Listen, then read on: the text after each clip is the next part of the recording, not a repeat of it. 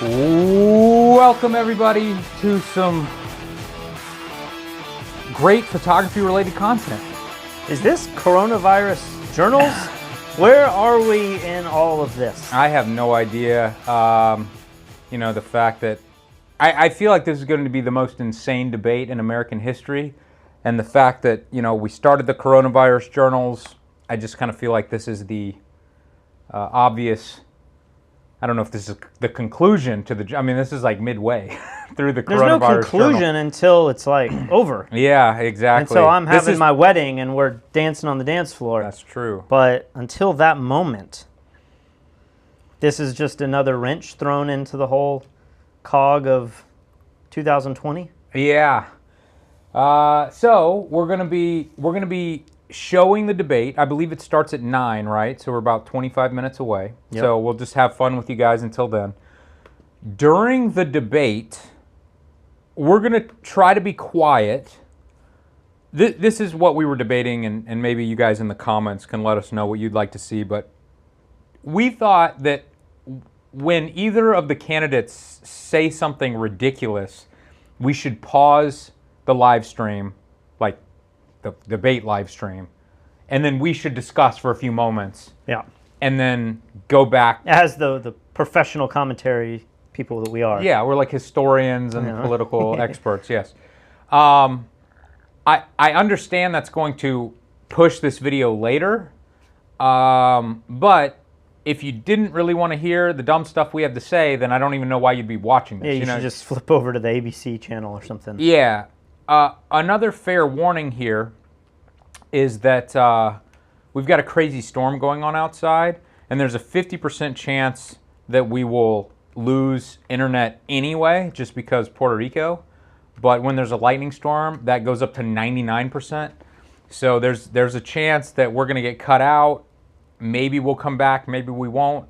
But everybody who's currently watching, make sure that you have it queued up, like, on another page in case you want to watch this live and for some reason this fails, you have a backup. I thought you were going to say have your drink queued up, but I got that right here. Are you not drinking tonight because you're on your diet? I'm doing the whole 30. I respect that. I think it's like a whole 15. I think we're ending it this week. You're already giving up? I feel good about it because I can eat meats and vegetables exclusively, so I'm drinking a coffee that has some kind of weird creamer in it that I can have. But no liquor. No alcohol, no. I shouldn't be. I'm on a diet too. I gained like 12 pounds recently, and I'm getting called fat at my jiu-jitsu gym, so I'm back on it. But tonight, I'm having a drink because I know we're going to be here for a long time. Let's read these super chats.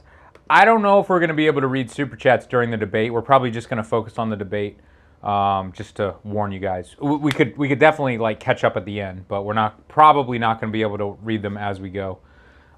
Zach J says, can't wait to listen to my favorite financial and medical advisors, Lee and Patrick, finally give their expert political advice. Absolutely. Here for your service. I'm glad to be able to. Michael Thomas says, thank you for answering my calling. I'm not sure what he's talking about, unless he is just talking about this live stream. He wanted us to do this live stream. Have you heard or seen any of the posts today about some of the stipulations that have been asked by the Trump campaign? There's two big ones. So I read something online today about searching Biden for an earpiece. Yeah. And Biden refusing. I mean, when I read that, I just thought this is bull. There's no way this can be real, right? You would think, but then I don't understand, why would Biden not just be like, sure, child, I will do it. Well, no big deal. I don't understand. Maybe it opens the door. There's cameras. Just can you have an earbud, like a piece that's so small that you can't even see it? But he could just as they're walking out on stage, he could just be like, look, I'm good. I don't understand this whole hour and a half before we have to check your ears like it's some MMA fight or something. And then, Trump put something on Twitter about Biden being on PEDs and him wanting there to be a urine sample or something, which I would think... PEDs for a debate? Yeah, because otherwise Biden would fall asleep or something. Which normally... Is cocaine or was it... it was Adderall. Yeah, which everybody speculates is what And Trump that's is a on. performing enhancement drug? Yeah. But Biden's campaign actually responded to that and said somebody in Biden's campaign said something about like Trump pissed all over the lives of the 200,000 dead or something like that. Like that's not exactly what they said, but they responded to this insane request or statement by Trump. I mean, this is When they said no, he wouldn't take a test, right? I assume. I thought they said he would take it. I can't tell what's a joke and what's real life anymore. But the obvious question is, would Trump pass the drug test? Exactly. No. I mean, people say like cocaine's coming out his nose when he talks. So I don't know. Like on one hand, I feel like this is so exciting and I'm so eager for all of this. On the other hand, I see our country crumbling and I'm like sad about it, you know? I know. Like I look at my parents and I think of my grandparents and their grandparents and I'm just like, what have we done? What have we done? Especially those that have served in the military and those that have like really fought for where this country has come. And then I think of the debate tonight and I'm a little sad, but not to bring you guys down because I think overwhelmingly I'm excited. I don't know. I kind of hate that we're so far behind. I mean, shouldn't we have had like 3 debates already? I was really rooting for that Joe Rogan debate. I thought, man, it's gonna be the greatest piece of entertainment media ever created. But Biden refused. I wanted to talk about something here before we get started. I was listening to a podcast a couple days ago that was talking about the debate and about the presidential polls and like who's going to win the election. Yep. Do you remember when we were probably a month out, maybe 2 months out, what the consensus was for Hillary to lose to Trump? I mean, was it like a 90-10 or like 80-20? It was definitely heavily favored, right? In Hillary's favor? Okay. I think like I mean, yeah, everybody said she was going to win and we were like, yeah, of course. It's a reality TV star. Like how could she lose? This podcast was just talking about how national polls work and how national polls account for every single person, and they're kind of like the popular vote. They're not always the electoral vote. Okay.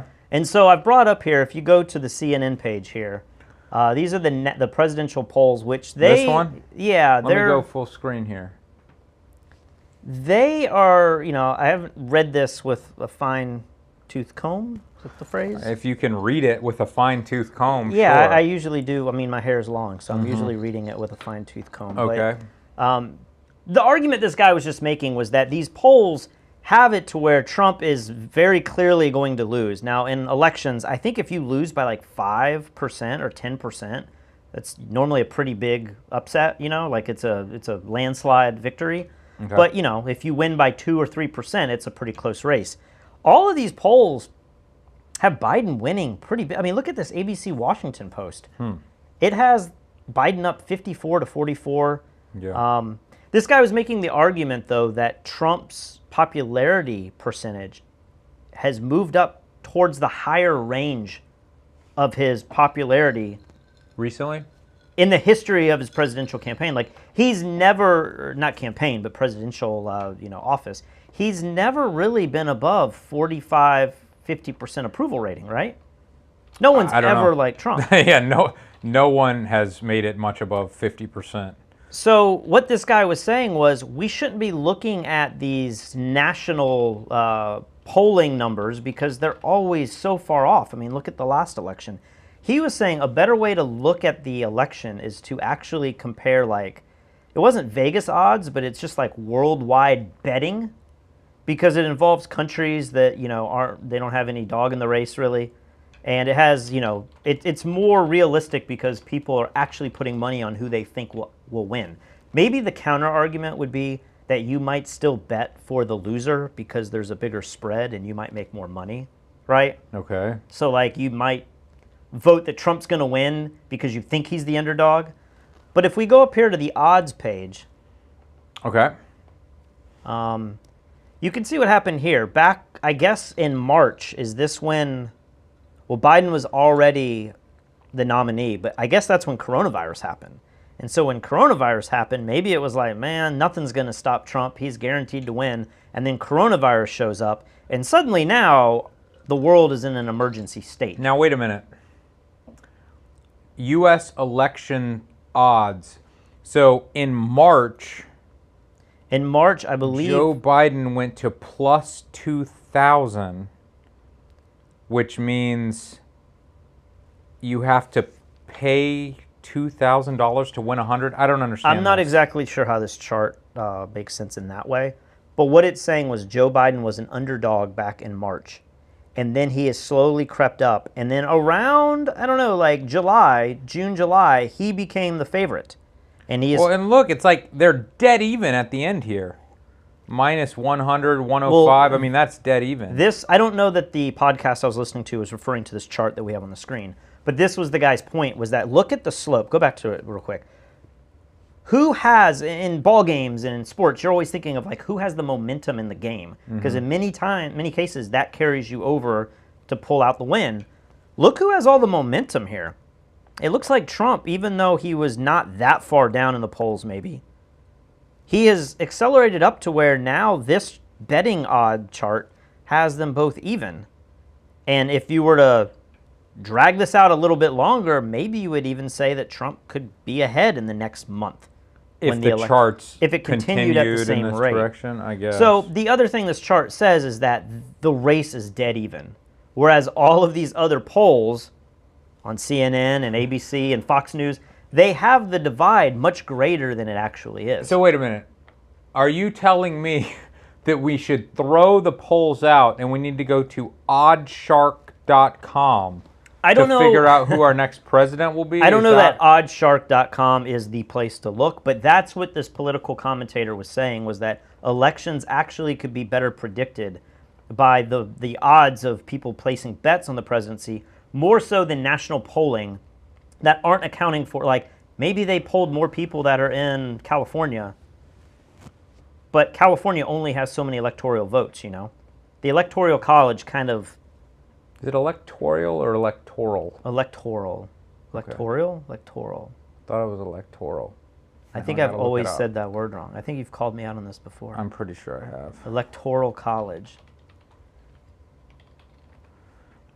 It is electoral. Electoral. I like to put an I in there. Seems That's 'cause better, you're right? Electoral? dumb. That sounds better. I don't know. I like to say it the smart way. Yeah, well, I don't. So, the other interesting thing, I know we have only 12 more minutes before we go live here with the debate, but the thing that they were debating further beyond just who's going to win the election was this idea that many of the mail-in ballots will have to be counted after the fact, right? And they were debating what is the chance that on the night of the election, if this race is really as close as what the betting odds say, what happens if Trump actually wins the swing states he needs to win? And on the night of the election, oh my gosh, Trump won. But then 7 to 14 days later, as these mail-in ballots start finally getting measured and entered into the tallies, what if those swing states then flip into Biden's favor and he wins states back? It is going to be a situation where neither side, no matter what side of politics you fall on, the night of the election, you're going to feel like the other guy won. And then if we get 2 weeks down the road and they flip the results of the election, you're going to feel like maybe the election was taken from you. No matter what, Trump will feel like the election is taken from him. I think the argument is that normally the mail-in ballots will be more on the Democratic side. So if Trump loses the night of the election, it's probably over. But this doomsday scenario was like, what if Trump kind of wins barely on election night, but then slowly after the next week or two, his lead starts getting chipped away, and then suddenly he loses. The narrative is going to be, like it's being set up right now. I mean, he did this back when he ran against Hillary, exactly. Is that the election was stolen from me. It was rigged. It was rigged. And so we may go well into, middle of November, maybe even, a lot of people are worried we might get past Election Day, and this will go to the Supreme Court, and they're trying to nominate this person into the Supreme Court to be the deciding vote because it could be split. Like, it's one of those, like, perfect storm things lining up to where this could be absolutely crazy. It seems so crazy to me. I truly believe that people don't actually like Trump. I mean, they do, but the reason they like Trump so much is because they hate the Democrats so much. Yeah. No one I know who's a huge Trump fan today was a huge Trump fan when he was running. They all thought it was, some media circus, Yep. and he just wanted to get more views on his TV show and wanted to sell more steaks and get There were a lot of people who felt like he was a good businessman, and he would bring something to the table that no politician would do. And he says it the way that it is. There's definitely a lot of that rhetoric. I guess somebody, and let me say, like, I'm sure there's a lot of Trump fans watching today. I would say I lean to the conservative side, and I think some of the things that Trump does, I would want a president to do, but I just don't respect the way that he acts and the way that he goes about things at all. And, when you ask him simple questions like, will there be a peaceful, transition of power if you lose? He can't just say, of course there will be, but I'm going to make 100% sure that all the votes are counted accurately. Like, that's what I want a president to say. And so I don't appreciate the way that he acts. I mean, he acts like he's got a freaking YouTube live channel like we do. It's not like I'm a super libtard who just hates everything conservative. That's not me at all. But it's just weird to me. People like Trump does crazy stuff, and people like him more. But they would never have liked him more before as a presidential figure. Before I feel all like of this. the best case in point of that is the release of these taxes this week. I mean, It seems like so many people are not that upset. Like, I find myself being torn about this, On one hand, I'm like, it is insane that a president only paid. And this isn't really the truth. I saw an article today saying that the New York Times had in the last 2 years articles saying that Trump paid millions and hundreds of millions of dollars of taxes. And Trump has come out and said it's fake, that it is not true. But he also said in a debate with Hillary that he paid zero in taxes, and he was like, it's because I'm smart. It's because I'm smart. So, like, he's played both sides of it. The idea that Trump's paid zero in taxes isn't necessarily anything new. It should still be kind of offensive to you.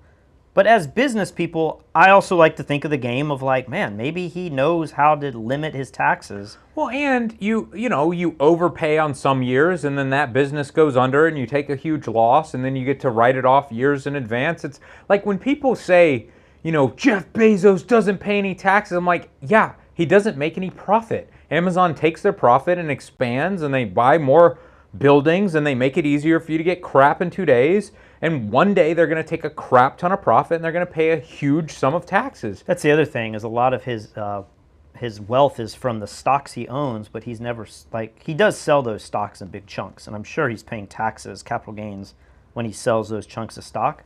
But he's not worth however many billions of dollars in a Scrooge McDuck money box. He's not diving into it. Yeah. It's just money on paper. And so I think you have to take that into account. I watched a video today where somebody explained Trump's tax returns from the perspective of the New York Times, I think. And of course, we don't know exactly what's true. I assume it's true. But he was basically saying that just a few years ago, Trump had almost no money left in stocks. Like, he had sold everything. He had tens of millions of dollars, but he had sold. And a few years ago, he had paid, like when he was doing The Apprentice, I believe, if I'm remembering correctly, he paid something like $60 or $70 million in taxes in 1 year because he had made all that money from The Apprentice.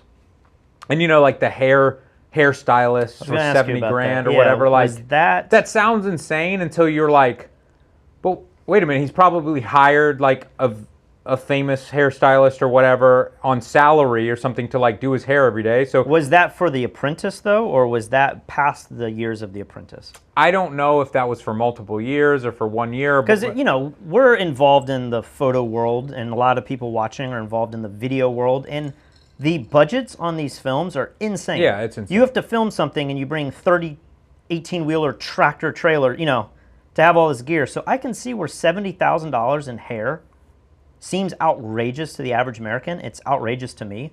But that's what Hollywood is going to spend on hair. And if that's like for a whole season or two during a year, I could see where he spends that amount of money. And if it's for the show, you're going to deduct it. I just don't know enough to say, like, was he doing that personally after The Apprentice? Can the president, is he a public figure where he can write off? I think Trump, did I read he's not taking a presidential salary? I don't think so. Is that unprecedented? Like, It might be, but, I mean, part of the thing that the New York Times released was how much more successful his properties have become since he became president.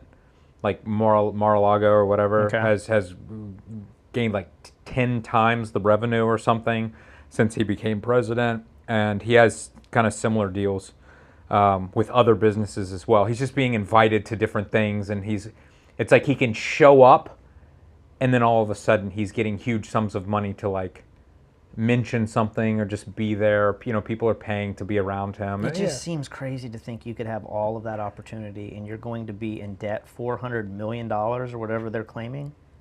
But it's not like he hasn't gone bankrupt many times before, so it's totally possible. Anything else you want to talk about before we go live here? I don't know if it's going to start right at 9 or if they're going to have a bunch of are they going to shake hands? Are they going to introduce? Are they going to give? They got to check for the earbuds, the earpieces. Are they going to wear? They're not going to wear masks. Do they have a divider? I'm going to make this a little bit bigger. Let's see here. You're showing all of our secrets. Well, I need to see it. Oh, you need to see it. Somebody was saying we might get like a copyright notice for streaming, but if it's small. I mean, they still go after you for audio and stuff. I don't understand. I mean, this is the definition of fair use here. That's a little too big, isn't it? It's because YouTube doesn't have smart enough algorithms. Like, it can't detect intention. You know what I'm going to do? What are you going to do? I'm going to dispute it. You're going to put a big reverb on it so they can't? No, I'm just going to dispute it. I'm going to go grab my... should we... let's Maybe listen. we should go live here. Oh, boy. Future. Don't make it about two guys just fighting about themselves. Go to the American people, right to the camera, look at them and say, this is your fight, and I want that fight for you. Matthew Dowd? I think how Joe Biden handles the disruptive. How does the audio sound, guys? In the China shop. Let us know in the comments. If he picks one or two moments. Are you getting up? As that disruptive. Go to the printer and see. I'll turn it something on. But picks one or two moments. One thing that I have heard a lot of people say is, what should we be paying attention to? And the big one that a lot of people are saying is, I guess Biden wanted a break every 30 minutes, and Trump was like, I'm not doing the debate if you can't go 90 minutes and talk. So a lot of people have been discussing if Biden is going to have, cognitive issues. And I guess that comes back to the ear piece, that he's being fed information. I think it's a little crazy to believe that Biden is really that senile. I think that might just be a construct of the right. But I guess tonight we'll kind of see. I don't feel like he debated Bernie Sanders poorly. I feel like he was pretty sharp there. I don't think you'll really see a different Donald Trump tonight. I think you'll see the man we saw in 2016 as well, being combative. Dan Abrams. I think the key here is going to be how much Joe Biden engages with the president's attacks on him. We know they're going to be so I was just talking over the audio. Can you guys, are you able to hear me? Because I'm sure there's going to be points when we and I talk over this. It's not just going to be what he says. It's going to be how he says it. Is he calm? Is he pithy?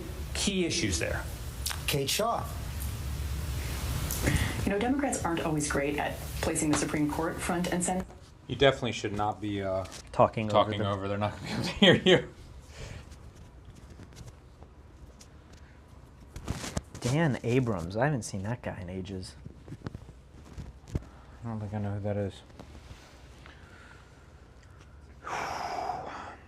Is Photog Mike back in here?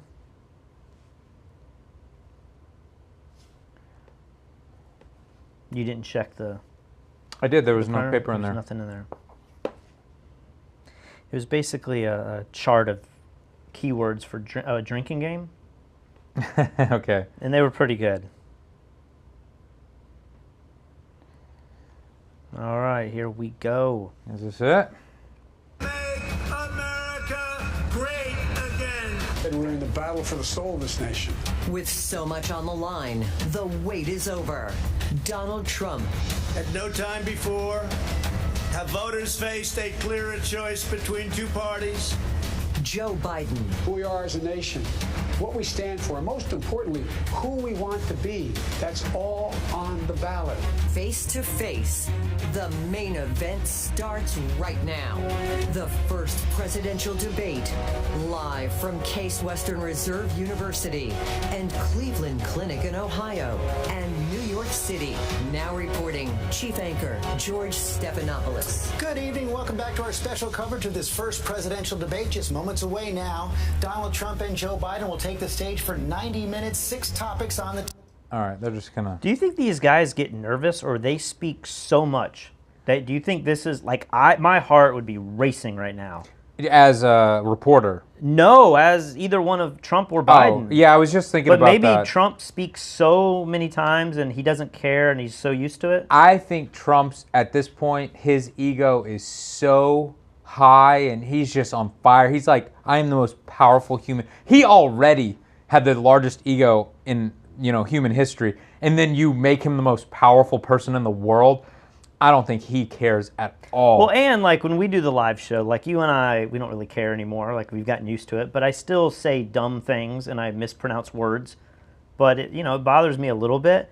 Trump doesn't care what he says. Well, we got a few thousand people watching this every day. Like it'll be millions of people. My point is that Trump literally does not care what comes out of his mouth. Like I was watching the clip where he was getting on with Megyn Kelly and he said, she said, you've called women, blah, blah, blah, blah, blah. And he was like, only Rosie O'Donnell. That was good. I'm like, man, that takes a lot of confidence to say, like, should I say this or should I not? Trump just doesn't care. He's going to say. That's true. And that's a better response. Like, there was some humor. That was a good, joke. I mean, unless you're Rosie O'Donnell. It's like the worst possible thing the president could say. The president of the United States. Only to Lee Morris. And you'd be like, dang it. Man, I just got roasted by the... I mean, at that time, though, that was still the debates before he was president, right? Yeah. So he had nothing to lose. You're like, oh, man, this is so entertaining. But, of course he's not going to be president. He's making jokes up there. He's making a mockery of this whole thing. I enjoyed him being in the debates. It certainly made him fun to watch. I watched every debate with him. Every single debate was fun with Trump. And I'm excited tonight. And, I just feel like I really love Elon Musk because I feel like he doesn't have a filter and he just says what he's thinking and he doesn't care if he makes Tesla stock go down or whatever. He's just going to tell you exactly what he thinks. And I also respect Trump for that.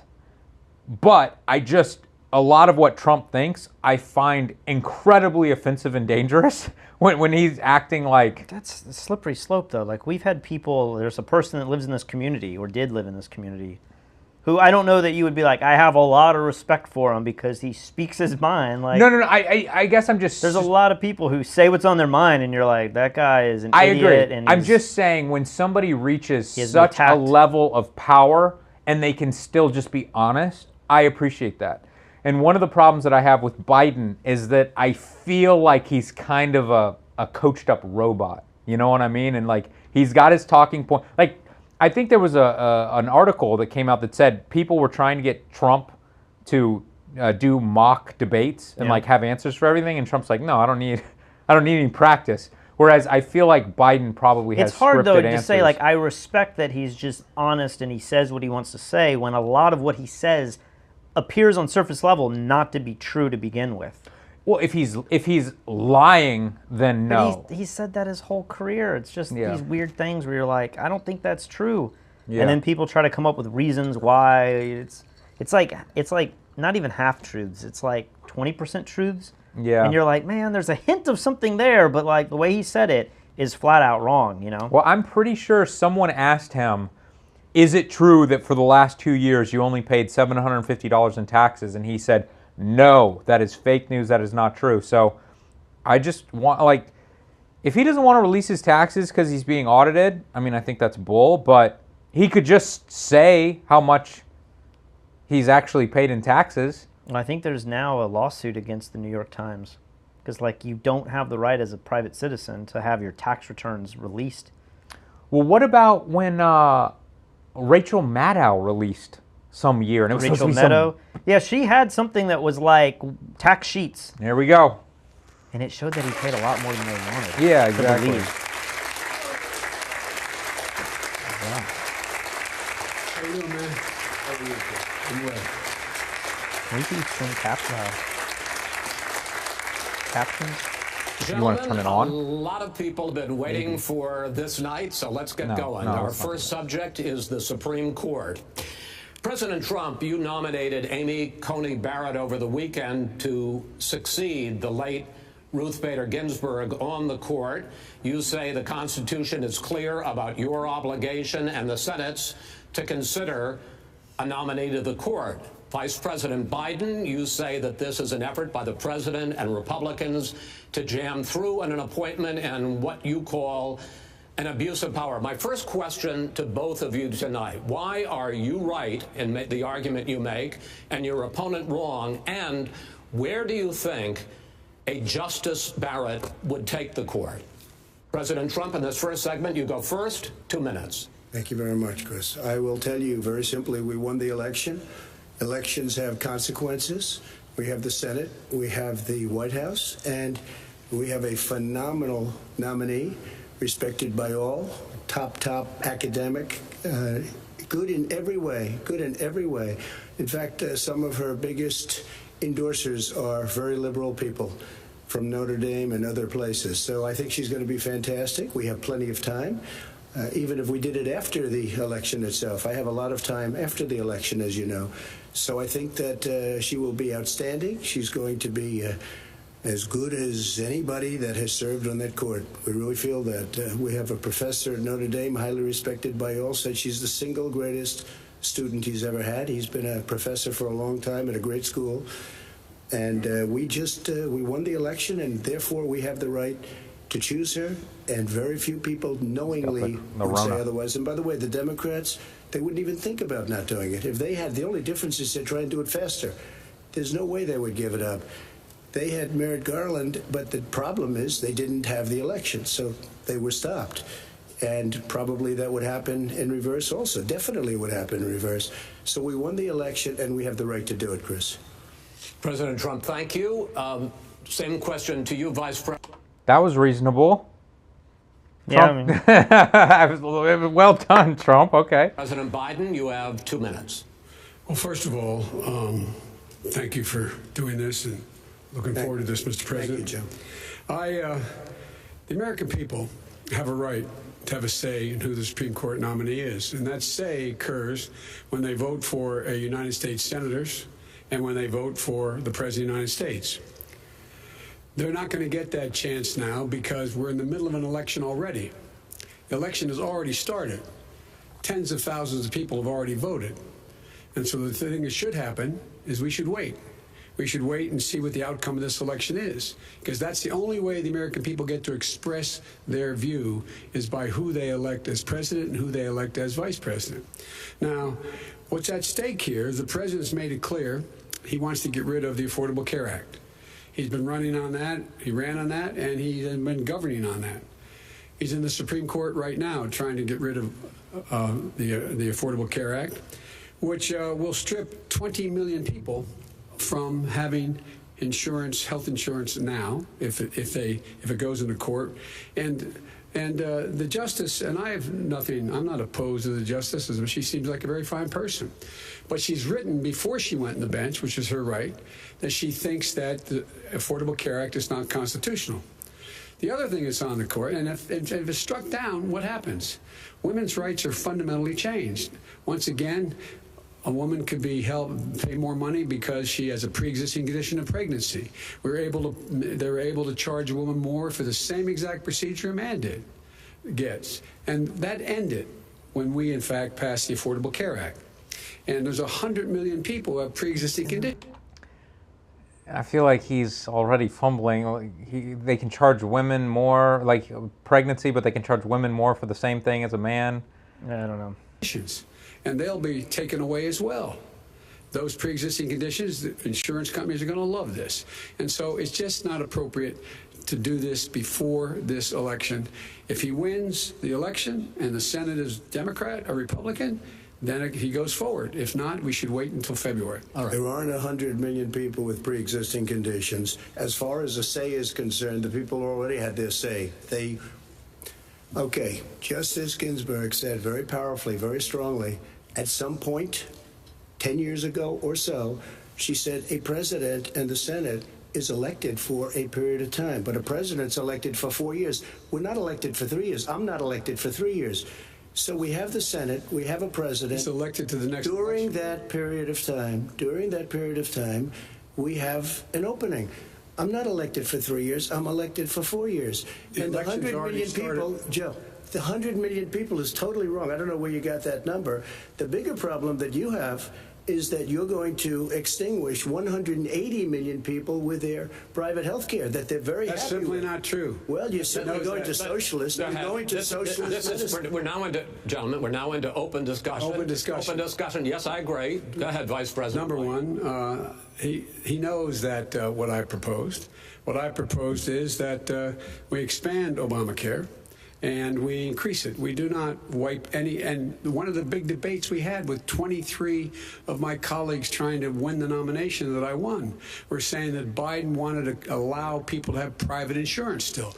They can. They do. They will under my proposal. It's not what you said, and it's not what your party has said. That is simply your party a lie. doesn't say it. Your party wants to go socialist medicine. My party is and me. socialist right healthcare. now. I am, and the they're going to dominate Party. you, Joe. You know that. I am the Democratic Party right now. The platform of the Not Democratic according to Party Harris. is what I, in fact, approved of. What I approved of. Now, here's the deal. The deal is that it's going to wipe out pre-existing conditions. And by the way, the 200,000 people that have died on his watch, how many of those have survived? Well, there's 7 million people that contracted COVID. What does it mean for them going forward if you strike down the Affordable Care Act? Joe, you've had 308,000 military people dying because you couldn't provide them proper health care in the military. So don't tell me about this. I'm happy to talk about And if you were here, it wouldn't be 200, it would be 2 million people because you were very late on the draw. You didn't want me to ban China, which was heavily infected. You didn't want me to ban All right, gentlemen, which was heavily infected. You would have been much President, later, Mr. Joe. President, later. Mr. President. You're talking about 2 million people. You're not President, as a moderator, we are going to talk about COVID in the next segment, but go ahead. Let me finish. The point is that the president also is opposed to Roe v. Wade. That's on the ballot as well in the court. And so that's also at stake right now. And so the election is all You don't know it's on the ballot. Why is it on the ballot? Because Why is it on the ballot? It's not on the ballot. It's on the ballot in the court. I don't think so. In the court. Well, there's nothing happening there. Donald, would you and you don't know her view on. Man, Trump is going to talk over him the whole time. It's like he's lost his fire, Biden. Did Biden ever have fire? I mean, it's hard. It's hard. Like when two people are arguing about something and somebody's willing to kind of like low blow or whatever, it's very difficult to fight back. Like Biden's trying to be presidential and professional and honorable and everything, but Trump will just talk over him the entire time. Roe v. Wade. I don't know her view. Well, all right. Let's talk. We got a lot to unpack here, gentlemen. We got a lot of time. So on health care, and then we'll come back to Roe v. Wade. All right. Mr. President, the Supreme Court will hear a case a week after the election in which the Trump administration, along with 8... Sorry, I keep stopping here. Do you think there's going to be any conspiracy theories online about how Biden's camera zoomed in a little bit more? No. Only you noticed that. Really? I don't know. His head's way bigger. 15 state attorneys general are seeking to overturn Obamacare, to end Obamacare. You have spent the last... Because they want to give good health care. If I may ask my question, sir. Good health care. Over the last 4 years, you have promised to repeal and replace Obamacare, but you have never in these 4 years come up with a plan a comprehensive plan to replace Obamacare. Of course I have. Well, I got rid of the individual mandate. I'm going to give you an opportunity. I got rid of the individual mandate, which was a big chunk of comprehensive plan. That is absolutely a big thing. That was the worst part of Obamacare. Sir, Chris, that was the worst part of Obamacare. Let me ask my question. Well, I'll ask Joe. The individual mandate was the most unpopular aspect of Obamacare. I got rid of it. I'd like and you we will protect people with I'm the moderator of this debate, and I would like you to let me ask my question, and then you can answer your question. You, in the course of these 4 years, have never come up with a comprehensive plan to replace Obamacare, and just this last Thursday, you signed a largely symbolic executive order to protect people with pre-existing conditions 5 days before this debate. So my question, sir, is what is the Trump health care plan? Right. Well, first of all, I guess I'm debating you, not him, but that's okay. I'm not surprised. Let me just tell you something. That there's nothing symbolic. I'm cutting drug prices. I'm going with favored nations, which no president has the courage to do because you're going against big pharma. Drug prices will be coming down 80 or 90%. You could have done it during your 47-year period in government, but you didn't do it. Nobody's done it. So we're cutting health care. All of the things that we've done, insulin. I give you an example. Insulin. It was destroying families, destroying people because I'm getting it for so cheap. It's like water, you want to know the truth. So cheap. Take a look at all of the drugs what we're doing, prescription drug prices. We're going to allow our governors now to go to other countries to buy drugs because they pay just a tiny fraction. As I say, this is open discussion. No, let me ask you about, this is big stuff. Sir, you'll be happy. I'm about to pick up on one of your points to ask the vice president, which is he points out that you would like to add a public option to Obamacare, and the argument that he makes and other Republicans make is that that is going to end private insurance. It is and not. Well, if I can ask you the question, it will not end. What your party says, by the way. It will end private insurance and create a government takeover of health care. It does not. It's only for those people who are so poor they qualify for Medicaid. They can get that free in most states, except governors who want to deny people who are poor Medicaid. Anyone who qualifies for Medicare Medicaid would automatically be enrolled in the public option. The vast majority of the American people would still not be in that option, number one. Joe, you agreed with Bernie Sanders, who's far left, on the manifesto, we call it. And that gives you socialized medicine. Look, hey, are you saying I'm not you going didn't to listen agree? to him. The fact of the matter is, I beat Bernie Sanders. Not by much. I beat him a whole hell of a lot. I'm here standing facing you, Pocahontas would have left 2 days early. You would have lost every primary. All he knows how to on do Super is hurt. Tuesday. You got very lucky. Here's the deal. I got very lucky. I'm going to get very lucky tonight as well. And tonight I'm going to make sure because here's the deal. Here's the deal. The fact is that everything he's saying so far is simply a lie. I'm not here to call out his lies. Everybody knows he's a liar. But you I just want to make sure. Joe, you're the liar. I want to make sure. I graduated last in your class, first in your class. I want to make sure. Mr. President, can you let him finish, sir? No, he doesn't know how to do that. He has, you picked You'd be surprised. The wrong guy, the wrong night at the wrong time. Listen, you agreed with Bernie Sanders to the manifesto. The whole idea. Let him disavowing. There is no manifesto, number Please one. let him speak, Mr. Number President. two. You just lost the left. Number two. You just lost the left. You agreed with Bernie Sanders on a plan. Folks, absolutely. Folks, do you have any idea what this clown's doing? They call it socialized medicine. Mr. Well, President. I tell you what, he is not for. Dude, is this debate going to make it through? We have 90 minutes of this? I mean, 80 minutes? They're just going to both talk over each other the entire time. It seems like Biden could just be like, I'm walking off this stage. Maybe that's what he should do. I don't know. I've always wondered with these debates if it would be better to actually cut the mics and then cut them on. Like, you point at somebody and you cut just their mic on, especially when there was like 15 people up there. Because this is crazy. It's like it's very difficult to even like a hear filibuster. and it's just like follow what's happening.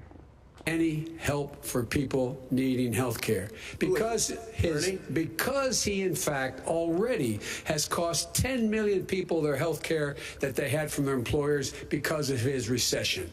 Number one. Number two, there are 20 million people getting health care through Obamacare now that he wants to take it away.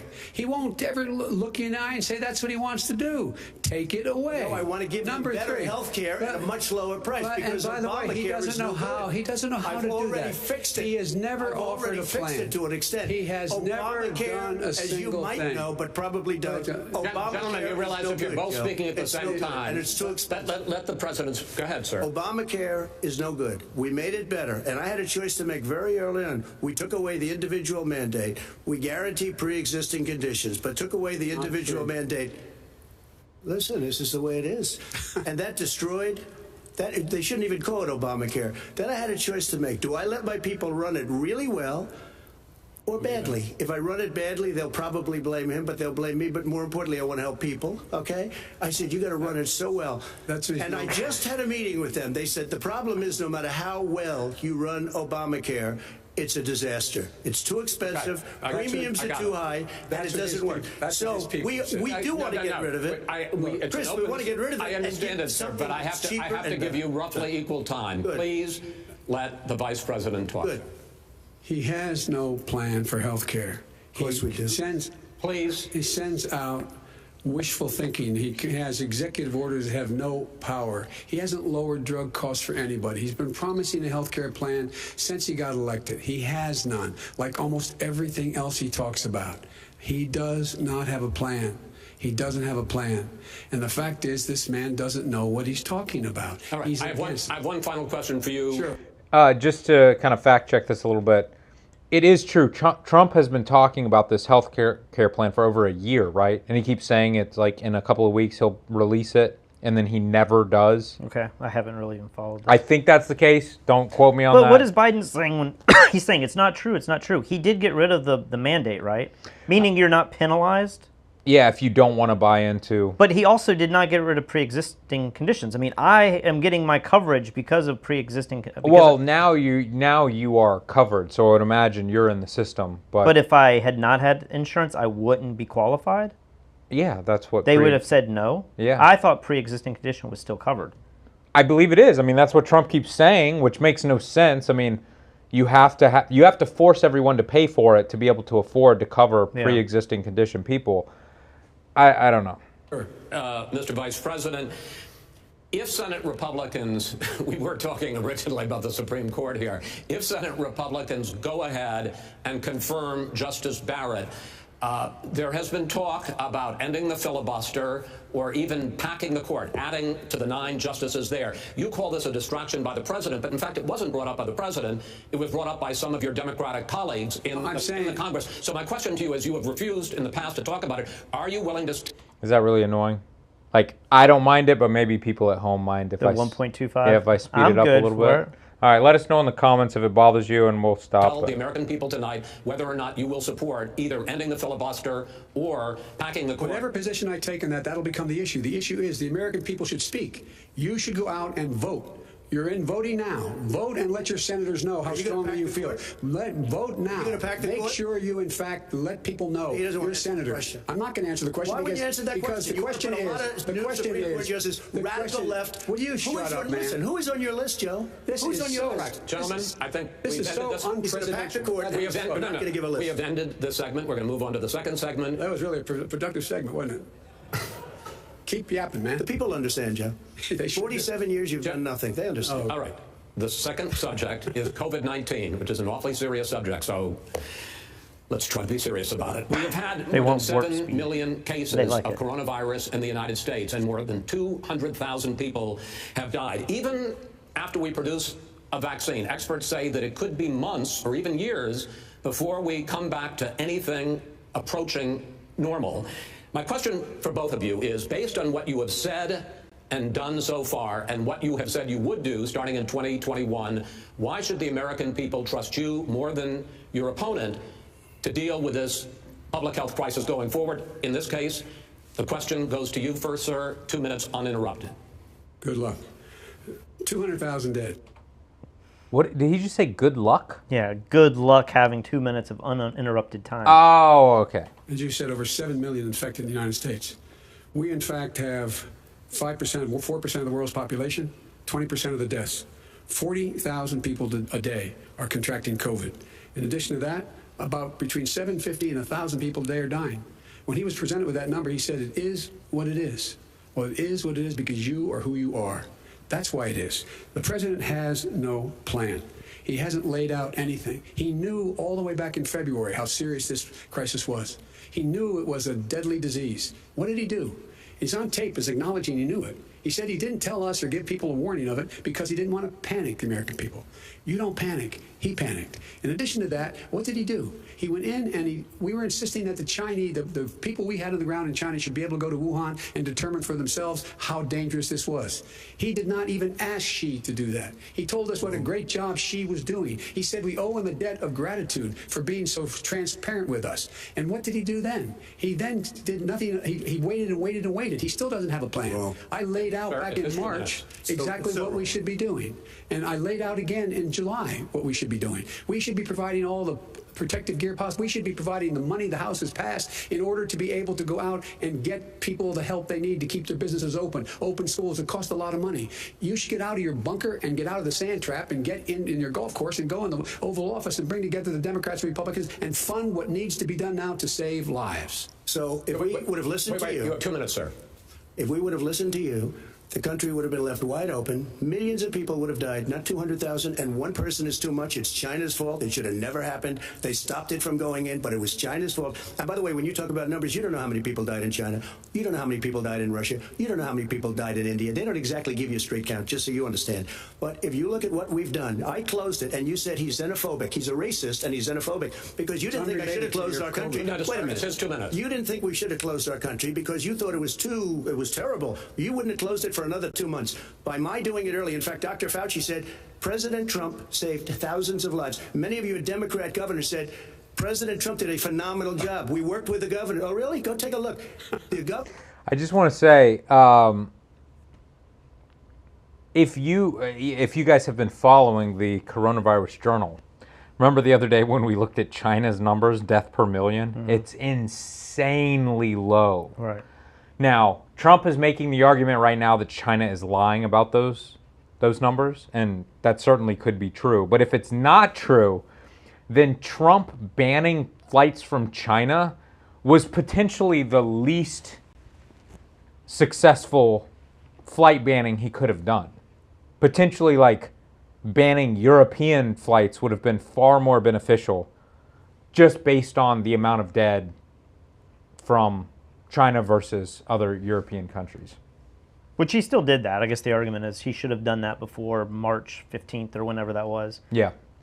Governors said I did a phenomenal job. Most of them said that. In fact, people that would not be necessarily on my side said that.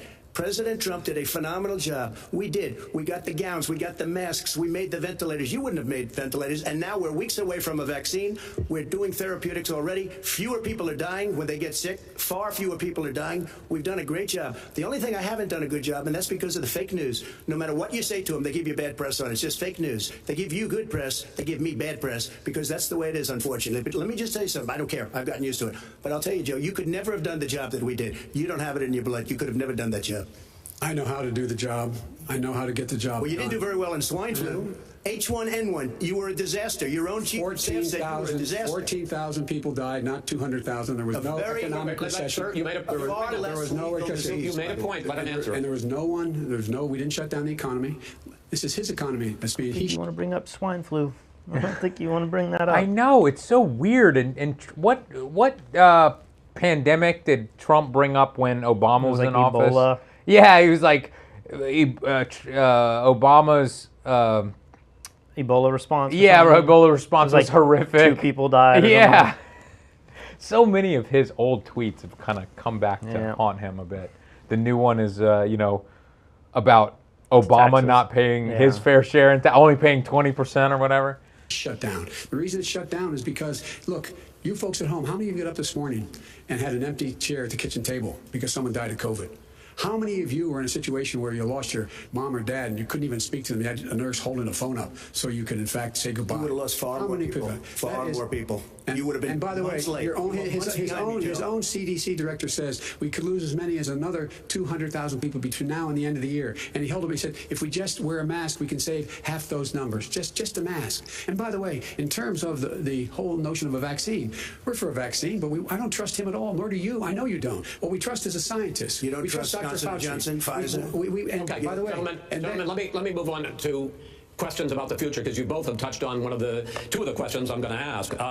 Focusing on the future first, President Trump, you have repeatedly either contradicted or been at odds with some of your government's own top scientists. The week before last, the head of the Centers for Disease Control, Dr. Redfield, said it would be summer before the vaccine would become generally available to the public. You said that he was confused and mistaken. Those were your two words. Yeah. But Dr. Slaoui, the head of your Operation Warp Speed, has said exactly the same thing. Are they both wrong? Well, I've spoken to the companies, and we can have it a lot sooner. It's a very political thing, because people like this would rather make it political than save lives. It is a very political thing. I've spoken to Pfizer. I've spoken to all of the people that you have to speak to. We have great Moderna, Johnson & Johnson, and others. They can go faster than that by a lot.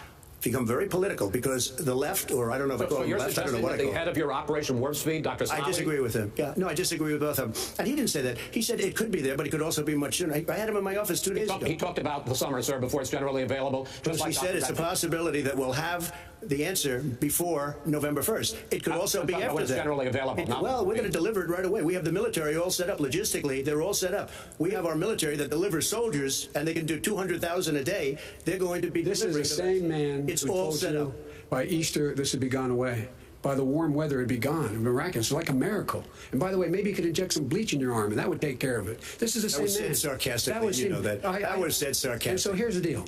This man is talking about a vaccine. Every serious company is talking about maybe having a vaccine done by the end of the year. But the distribution of that vaccine will not occur until sometime beginning or the middle of next year to get it out, if we get the vaccine. And pray God we will. Pray God we will. Mr. Vice President, I want to pick up on this question, though. You say the public can trust the scientists, but they can't trust President Trump. In fact, you said that again tonight. Your running mate, Senator Harris, goes further, saying that public health experts, quote, will be muzzled, will be suppressed. Given the fact that polls already show that people are concerned about the vaccine and are reluctant to take it, are you and your running mate, Senator Harris, contributing to that fear? No more than the question you just asked him. You pointed out. He puts pressure and disagrees with his own scientists. But you're saying Senator Harris is saying you can't trust the scientists. Well, no, you can trust the scientists. She didn't say that. You can't trust. She said the public health experts, quote, will be muzzled, will be suppressed. Well, that's what he's going to try to do. But there's millions of scientists, there's thousands of scientists out there, like here at this great hospital, that don't work for him. Their job doesn't depend on him. That's not. They're the people. And by the way, to the scientists that are in charge. By the way, they will have the vaccine very soon. Do you believe for a moment what he's telling you, in light of all the lies he's told you about the whole issue relating to COVID? He still hasn't even acknowledged that he knew this was happening, knew how dangerous it was going to be back in February, and he didn't even tell you. He's on record as saying it. He panicked, or he just looked at the stock market. One of the two, because guess what? A lot of people died, and a lot more are going to die unless he gets a lot smarter, a lot quicker. Mr. President? Did you use the word smart? So you said you went to Delaware State, but you forgot the name of your college. You didn't go to Delaware State. You graduated either the lowest or almost the lowest in your class. Don't ever use the word smart with me. Don't ever use that word. Oh, give me a break. Because you know what? There's nothing smart about you, Joe. 47 years, you've done nothing. Let's have this debate. And if you would have had, let me just tell you something, Joe. Dude. What is going on? He's just calling him like dumb to his face. Biden is calling Trump dumb? No, Trump is calling. He's like, you can't even remember the name of your college. Like, never use the word smart around me again. Insane. I don't know these references, but if you would have had the charge of what I was put through, I had to close the greatest economy in the history of our country. And by the way, now it's being built again. We're going to get to the economy in the next segment, sir. Okay. It's going up fast. Okay. When it comes to how the virus has been handled so far, the two of you have taken very different approaches, and this is going to affect how the virus is handled going forward by whichever of you ends up becoming the next president. I want to quickly go through several of those. Reopenings. Vice President Biden, you have been much more reluctant than President Trump about reopening the economy and schools. Why, sir? Because he doesn't have a plan. If I were running, I know what the plan is. You've got to provide these businesses the ability to have the money to be able to reopen with the PPE as well as with the sanitation they need. You have to provide them Nancy Pelosi. Well, he's just shush for a minute. Tell it to Nancy Pelosi. And Schumer, by the way, Nancy Pelosi and Schumer, they have a plan. He won't even meet with them. The Republicans won't meet with him in the Senate. And he sits on his golf course. And well, I mean, literally, think about it. You probably play more than I do, Joe. What about this question of reopenings and the fact? Well, he wants to shut down this country, and I want to keep it open. And we did a great thing by shutting it down. Wait a minute, Joe. Let me shut you down for a second, Joe, just for 1 second. We want him He wants to shut down the country. We just went through it. We had to because we didn't know anything about the disease. Now we found that elderly people with heart problems and diabetes and different problems are very, very vulnerable. We learned a lot. Young children aren't. Even younger people aren't. We've learned a lot. But he wants to shut it down. More people will be hurt by continuing. If you look at Pennsylvania, if you look at certain states that have been shut down, they have Democrat governors all. And one of the reasons they shut down is because they want to keep it shut down until after the election, November 3rd. Because it's a political. But those states are not doing well that are shut down right now. President Trump, you have begun to increasingly question the effectiveness of masks as a disease preventer. And in fact, recently you have cited the issue of waiters touching their masks and touching plates. Are you questioning No, I think the masks are okay. You have to understand, if you look, I mean, I have a mask right here. I put a mask on, when I think I need it. Tonight, as an example, everybody's had a test, and you've had social distancing and all of the things that you have to, but I wear masks when needed. When needed, I wear masks. Okay, let me ask. I don't wear masks like him. Every time you see him, he's got a mask. He could be speaking 200 feet away from it, he shows up with the biggest mask I've ever seen. I will say this. Vice President Biden, go ahead, sir. Biden thought that was funny. The way to open businesses is give them the wherewithal to be able to open. We provided money. But I was asking you, sir, about masks. Well, masks make a big difference. His own head of the CDC said if we just wore masks between now, if everybody wore masks in social distance between now and January, we'd probably save up to 100,000 lives. It matters. And they've also said the opposite. They've also said no serious person said the opposite. No serious. Dr. Fauci said the opposite. He did not say the opposite. He said very strongly. Masks are not good. Then he changed his mind. He said masks are good. I'm okay with masks. I want to ask you both about one last subject because your different approaches has even affected the way that you have campaigned. President Trump, you're holding large rallies with crowds packed together, thousands of people. Outside, yes, sir, agreed. Vice President Biden, you are holding much smaller events with... Nobody will show up. People with... What's true? Nobody shows up to his rallies. All right. In any case, why you holding the big rallies? Why you not? You go first, sir. Because people want to hear what I have to say. I mean, I'm doing a great job as the president, and I'll have 25,000, 35,000 people show up at airports. We use airports. Are you not worried about we have a lot of people. Well, so far, we have had no problem whatsoever. It's outside. That's a big difference, according to the experts. And we do them outside. We have tremendous crowds, as you see. I mean, and literally on 24 hours' notice. And Joe does the circles and has 3 people someplace. Okay. By the way, did you see one of the last big rallies he had? And a reporter came up to him to ask him a question. He said, no, stand back. Put on your mask. Put on a mask. Have you been tested? I'm way far away from those other people. That's what he said. I can't. I'm going to be okay. He's not worried about you. He's not worried about the people out there breathing in one another. We've had no negative effect. No negative effect. We've had no negative effect. And we've had 35,000, 40,000 people at these rallies. Yes. Didn't Ben Carson potentially die? Yeah. Not Ben Carson. The Godfather's pizza guy. Yeah, what was his name? Forget.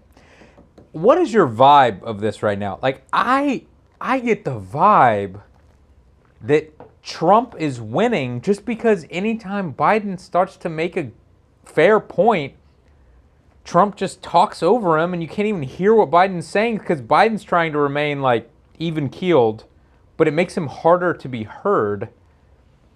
What It definitely feels like Trump is winning this. I don't think that has anything to do with like everyone's got their mind made up already. I know. So it's not like they're changing anyone's opinion, but it is speaking to their base, And I feel like if you're speaking to your base, maybe Trump is getting the Republicans fired up a little bit more. But if you're the Democrats, I don't know that you're watching this and being like, yeah, Biden. Hell yeah, we're getting them. So I don't know. I don't know if this has an effect or not, but like this is excruciating to watch. I feel so sad for like all of these foreign people are watching this podcast. I know. And like, I just it's feel so like cringy to me too. Like I don't deal well with conflict, like somebody yelling at me or whatever.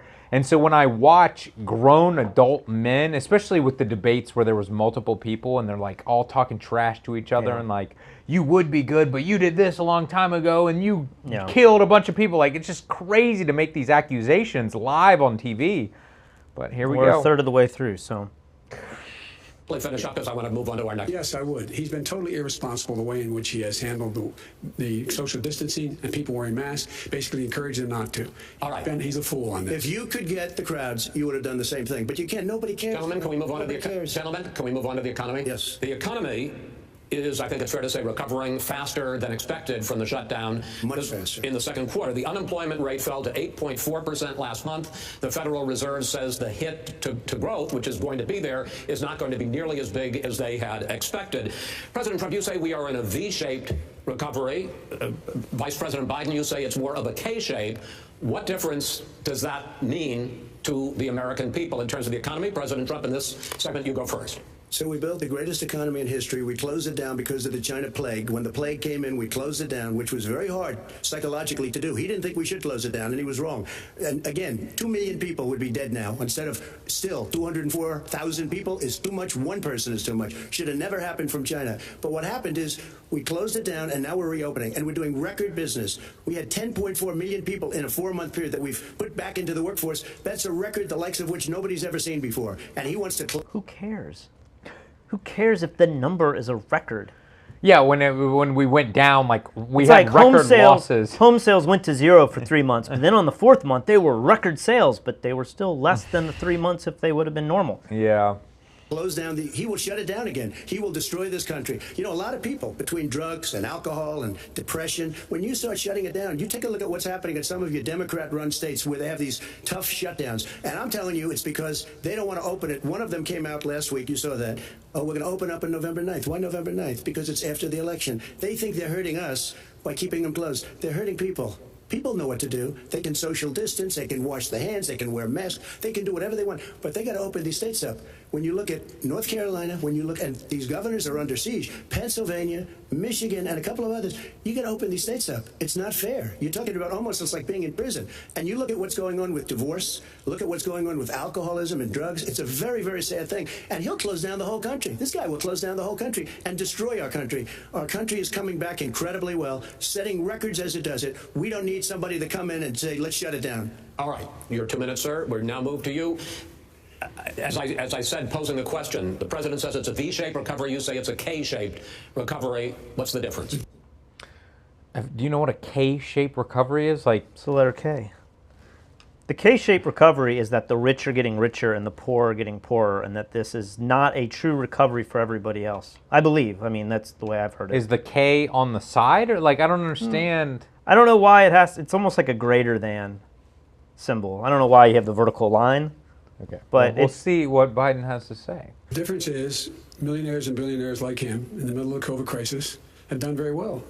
Billionaires have made another $300 billion because of his profligate tax proposal, and he only focused on the market. But you folks at home, you folks living in Scranton and Claymont and all the small towns and working class towns in America, how well are you doing?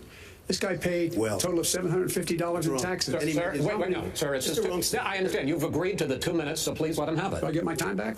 The fact is that he has, in fact, worked on this in a way that he's going to be the first president of the United States to leave office having fewer jobs in his administration than when he became president. Fewer jobs than when he became president. First one in American history. Secondly, the people who have lost their jobs are those people who have been on the front lines, those people who have been saving our lives, those people who have been out there dying, people who have been putting themselves in a way to make sure that we could all try to make it. And the idea that he is insisting that we go forward and open when you have almost half the states in America with a significant increase in COVID deaths and COVID cases in the United States of America. And he wants to open it up more. Why does he want to open it up? Why doesn't he take care of the American? You can't fix the economy until you fix the COVID crisis. And he has no intention of doing anything about making it better for you all at home in terms of your health and your safety. Schools. Why aren't schools open? Because it costs a lot of money to open them safely. You know, they were going to give, his administration was going to give the teachers and school students masks. And then they decided, no, couldn't do that because it's not a national emergency. Not a national emergency. They've done nothing to help small businesses. Nothing. They're closing. 1 in 6 is now gone. He ought to get on the job and take care of the needs of the American people so we can open safely. All right, your time is up, sir. Well, you're going to get to I have to respond to that. Well, you both had 2 minutes, sir. Excuse me, he made a statement.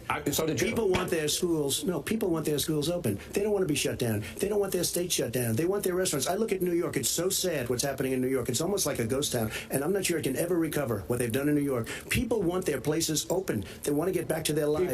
They'll be careful, but they want their schools open. I'm the one that brought back football. By the way, I brought back Big Ten football. It was me, and I'm very happy to do it. And all right, people of Ohio are very proud of me. And you know how I found out? When it took gentlemen, we're going to get to your economic economic plans going forward in a moment. But first, Mr. President, as you well know, there's a new report that in 2016, the year you were elected president, and 2017, your first year as president, that you paid $750 a year in federal income tax each of those years. I know that you pay a lot of other taxes, but I'm asking you the specific question. Is it true that you paid $750 in federal income taxes? What is he going to say? But previously he said both, right? Didn't he say to Hillary that you paid zero and I'm smart? And then yesterday or 2 days ago he said that's not true, it's fake news. So I feel like he's played both sides of this. I don't remember if Hillary said he paid zero before. I just watched a clip where, unless it was chopped up, you know how the media is, I watched a clip where she said, you've paid zero in income tax. And he was like, that makes me smart. I have to look up that clip after this thing, but I feel like he said both. Okay. So let's see what he says. I swear, just the other day, he said it was fake news, not true. So let's see what he says. Each of those 2 years. I paid millions of dollars in taxes, millions of dollars of income tax. And let me just tell you, there was a story in one of the papers. So he seemed to have not answered.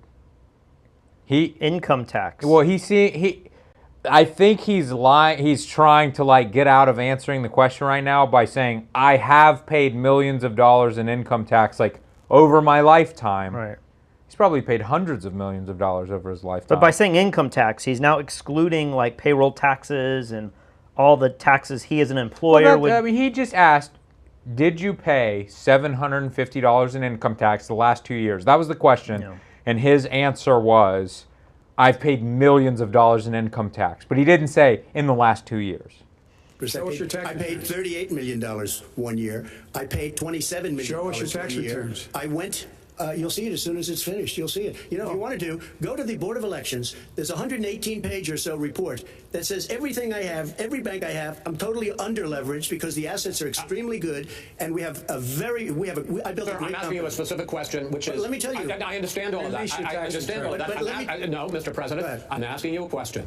Will you tell us how much you paid in federal income taxes in 2016 and 2017? Millions of dollars. You paid millions of dollars? Okay, so he doubled down now. Yeah, so this is good for whoever. Like if Trump wins again and like maybe it's not true and hopefully the truth will come out, and if he's lying, we can catch him in this lie, and hopefully his base will be like, man, we can't have our president like lying. But how many times has this happened? Why do you pick the income tax as like the straw that broke the camel's back? The other stuff that he lies about is just so stupid. You know, and he's always able to weasel out. I feel like right now this is incredibly clear. This is like it is, but it's one of like 100. I wish he's had so many that he's allowed us to like I can't forget. even think of them. But millions of dollars. So not millions of dollars, and you'll get to see it. And you'll get to see it. But let me just tell you, Chris, let me just say something that it was the tax laws. I don't want to pay tax. Before I came here, I was a private developer. I was a private business people. Like every other private person, unless they're stupid, they go through the laws, and that's what it is. He passed a tax bill that gave us all these privileges for depreciation and for tax credits. We built a building, and we get tax credits like the hotel on Pennsylvania Avenue. You get a massive, which, by the way, was given to me by the Obama administration, if you can believe that. Now, the man got fired right after that happened. But Vice President Biden, you want to respond? Yeah, I do want to respond.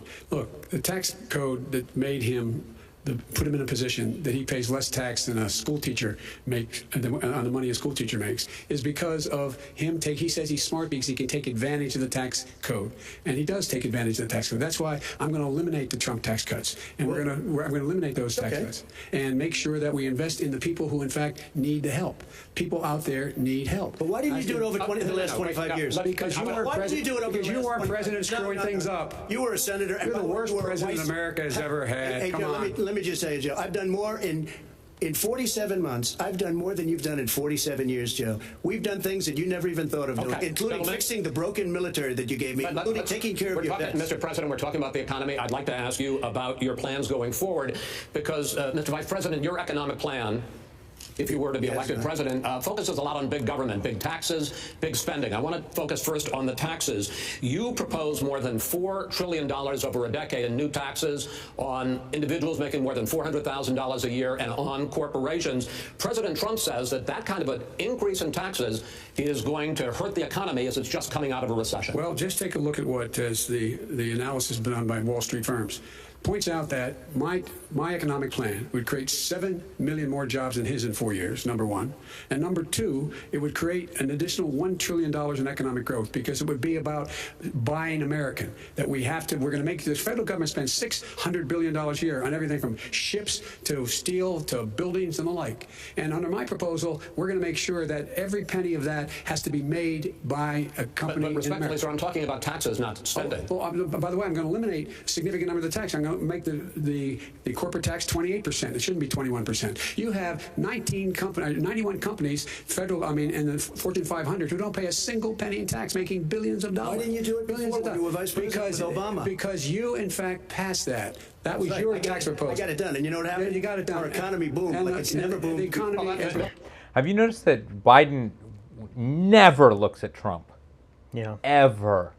Is that a sign of power, or is like alpha male, or is that a sign of weakness? Feels a little weak to me, but I don't know. Mr. President, let me pick up on that. You would continue your free market approach, lower taxes, more deregulation, correct? Not lower taxes for American people. But in Obama's, you talk about the economy booming. It turns out that in Obama's final 3 years as president, more jobs were created, 1.5 million more jobs than in the first 3 years of your presidency. They had the slowest recovery since economic recovery since 1929. It was the slowest recovery. Also, they took over something that was down here. All you had to do is turn on the lights and you pick up a lot. But they had the slowest economic recovery since 1929. Let me tell you about the stock market. When the stock market goes up, that means jobs. It also means 401ks.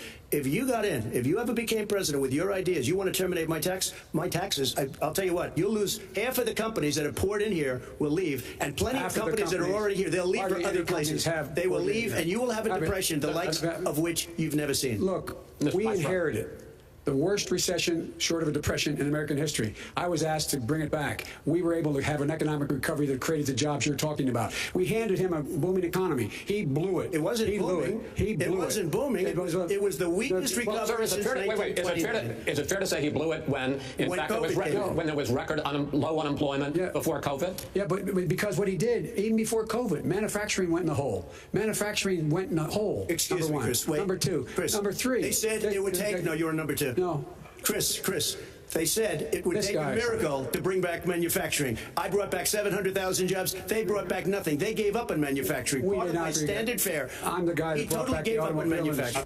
It's so hard when they make these statements. Like, I don't even know how to, like, he got rid of $1.2 million jobs, and I created $3.1 million jobs. And it's like, I don't know. Well, in Trump's case, like, he created a ton of jobs, but then they've all lost. And so if you look at the net jobs, with COVID, but you can't, he's like negative. You also for his can't presidency. Blame Trump for the coronavirus. But that's what I'm saying is, like, depending on, people can pick the stock market and say, like, if you would have just invested in Tesla at this certain time, you would have made a lot of money. But if you choose a different time frame, maybe you would have lost a lot of money with Tesla. So. All right, we brought back, I was asked to bring back Chrysler and General Motors. We brought them back right here in the state of Ohio and Michigan. He blew it. They're gone. He blew it. And in fact, they're going. Ohio had the best year it's ever had last year. Michigan had the best year they've ever had. That is not Many true. car companies came in from Germany, from Japan, went to Michigan, and went to Ohio. They're not having and they didn't come in with you. Mr. Vice President, go ahead. And so you take a look at what he's actually done.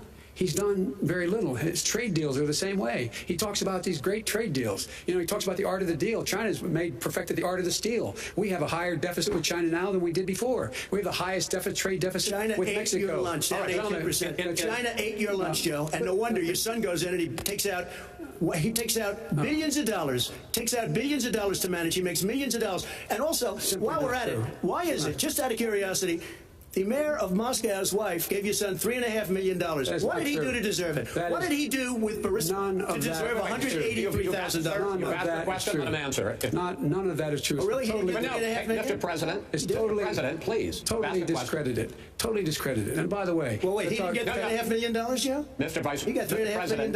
It is not true. Oh, really? Mr. President, it's an open discussion, please. It's a fact. Well, you have raised an issue. Let the Vice President answer. Discredited. Did Burisma pay $183,000 a month with no experience in energy?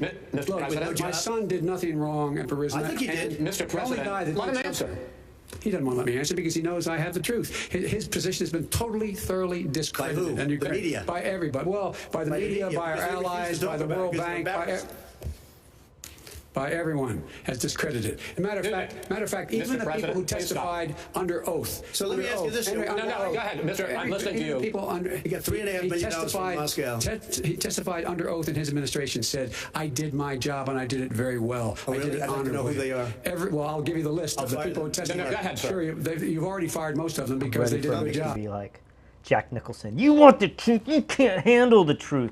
Some people don't. Well, here's. With you, wait a minute, you get the final word. Well, it's hard to get any word in with this clown. Excuse me. Hey, let me just say, No. He just called him a clown and was like, "Oh, excuse me, this person." Mr. President, $3.5 million, Joe. That is simply. Why did he deserve $3.5 million from Moscow? Look, here's the deal. We want to talk about families and ethics. I don't want to do that. I mean, his family we could talk about all night. His family's my already. My family lost a fortune by coming down and helping us with government. And that's such a. Mr. President, every single one of them lost. This is not about my family or his family. It's about your family. The American people. He doesn't. That's not true. It doesn't want to talk about what use the restroom while I can't even understand what they're talking about right now. You, the American people. It's about you. That's what we're talking about. All right, that's the end of the segment. We're moving on. It didn't take that. Well, Vice President, no. Can I be honest? It's a very important question. No, he stood up. No, the answer to the question is no. Ukraine. No, sir. With $1 billion, that is absolutely not. This is a freaking circus. This is just embarrassing. Not true. You're doing it. You're going to have true. Gentlemen. I hate to raise my voice, but it seems to be, why should I be different than the two of you? So here's the deal. Good point. We have 6 segments. We have ended that segment. We're going to go to the next segment. In that segment, you each are going to have 2 uninterrupted moments. In those 2 uninterrupted minutes, Mr. President, you can say anything you want. I'm going to ask a question about race, but if you want to answer about something else, go ahead. But I think that the country would be better served if we allowed both people to speak with fewer interruptions. I'm appealing to you, sir, to do that. Well, and him too. Well, frankly, you've been doing more interrupting. Oh, that's all right, but he does plenty. Well, less than, sir, less than plenty. No, less than you have. Let's please continue on. The issue of race. Vice President Biden, you say that President Trump's response to the violence in Charlottesville 3 years ago, when he talked about very fine people on both sides, was what directly led you to launch this run for president. Oh, yeah, sure. President Trump, you have often said that you believe you have done more for black Americans than any president, with the possible exception of Abraham Lincoln. My question for the two of you is, why should voters trust you rather than your opponent to deal with the race issues facing this country over the next 4 years? Vice President Biden, you go first. It's about equity and equality. It's about decency. It's about the Constitution. And we have never walked away from trying to require equity for everyone, equality for the whole of America. But we've never accomplished it. But we've never walked away from it like he has done. It is true. The reason I got in the races with those people, close your eyes. Remember what those people look like coming out of the fields carrying torches, their veins bulging, spewing anti-Semitic bile, and accompanied by the Ku Klux Klan. A young woman got killed, and they asked the president what he thought. He said there were very fine people on both sides. No president's ever said anything like that.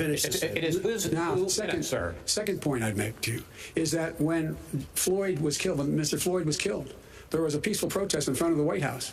What did he do? He came out of his bunker, had the military use tear gas on him so he could walk across to a church and hold up a Bible. And then what happened after that? The bishop of that very church said that it was a disgrace. The general who was with him said all he ever wants to do is divide people, not unite people at all. This is a president who has used everything as a dog whistle to try to generate racist hatred, racist division. This is a man who, in fact, you talk about helping African Americans. 1 in 1,000 African Americans has been killed because of the coronavirus. And if he doesn't do something quickly, I just poured drink all over myself. Yeah. All right, back to the By debate. the end of the year, 1 in 500 will have been killed. 1 in 500 African Americans. This man is a savior of African Americans. This man cares at all. This man's done virtually nothing. Look, the fact is that you have to look at what he talks about. You have to look at what he did, and what he did has been disastrous for the African American community. So, President Trump, you have 2 minutes. Why should Americans trust you over your opponent to deal with racism? You did a crime bill, 1994. Where you call them super predators, African Americans, super predators, and they've never forgotten it. They've never forgotten it, Jefferson. No, sir, it's his 2 minutes. So you did that, and they call you a super predator, and I'm letting people out of jail now that you have treated the African American population community, you have treated the black community about as bad as anybody in this country. You did the 1990, and that's why if you... Have you heard anything about super predators? No, but 94 is the Clinton administration, and you've heard a lot of criticism from Hillary, the Clintons as a whole, and maybe Biden, like so many people were imprisoned at that time, the war on drugs and all that sort of stuff, but I don't know about the super predator comment. You look at the polls, I'm doing... Sounds like bull to me, but go ahead. Better than any Republican has done in a long time because they saw what you did. You call them super predators, and you've called them worse than that because you look back at your testimony over the years, you've called them a lot worse than that. As far as the church is concerned and as far as the generals are concerned, we just got the support of 250 military leaders and generals. Total support. Law enforcement, almost every law enforcement group in the United States. I have Florida, I have Texas, I have Ohio, I have Portland. The sheriff just came out today and he said, I support President Trump. I don't think you have any law enforcement. You can't even say the word law enforcement because if you say those words, you're going to lose all of your radical left supporters. And why aren't you saying those words, Joe? Why don't you say the words law enforcement? Because you know what? If they called us in Portland, we would put out that fire in a half an hour, but they won't do it because they're run by radical left Democrats. If you look at Chicago, if you look at any place you want to look, Seattle, they heard we were coming in the following day and they put up their hands and we got back Seattle. Minneapolis, we got it back, Joe, because we believe in law and order, but you don't. The top 10 cities and just about the top 40 cities are run by Democrats and in many cases radical left. And they've got you wrapped around their finger, Joe, to a point where you don't want to say anything about law and order. And I'll tell you what, the people of this country want and demand law and order, and you're afraid to even say it. Dude. He has set him up to either completely diminish and fail or to come out swinging but with Trump a plan. Trump fans are like I'm trying to keep this family friendly. They are enjoying that monologue by Trump there. I mean, that was I like was Kitty's hardcore. comment here. She reminds me of person, man, woman, camera, TV. There you go. All right. I want to return to the question of race. Vice President Biden, after the grand jury in the Breonna Taylor case... He's not going to comment after that? I mean, I don't know that the guy's letting him. Yeah, I mean, that just seems like a drop ball. Like, he's got to come out and say, respond to that. Yeah. Not to charge any of the police with homicide. You said it raises the question, quote, whether justice could be equally applied in America. Do you believe that there is a separate but unequal system of justice for blacks in this country? Yes, there's systemic injustice in this country, in education and work and in law enforcement and the way in which it's enforced. But look, the vast majority of police officers are good, decent, honorable men and women.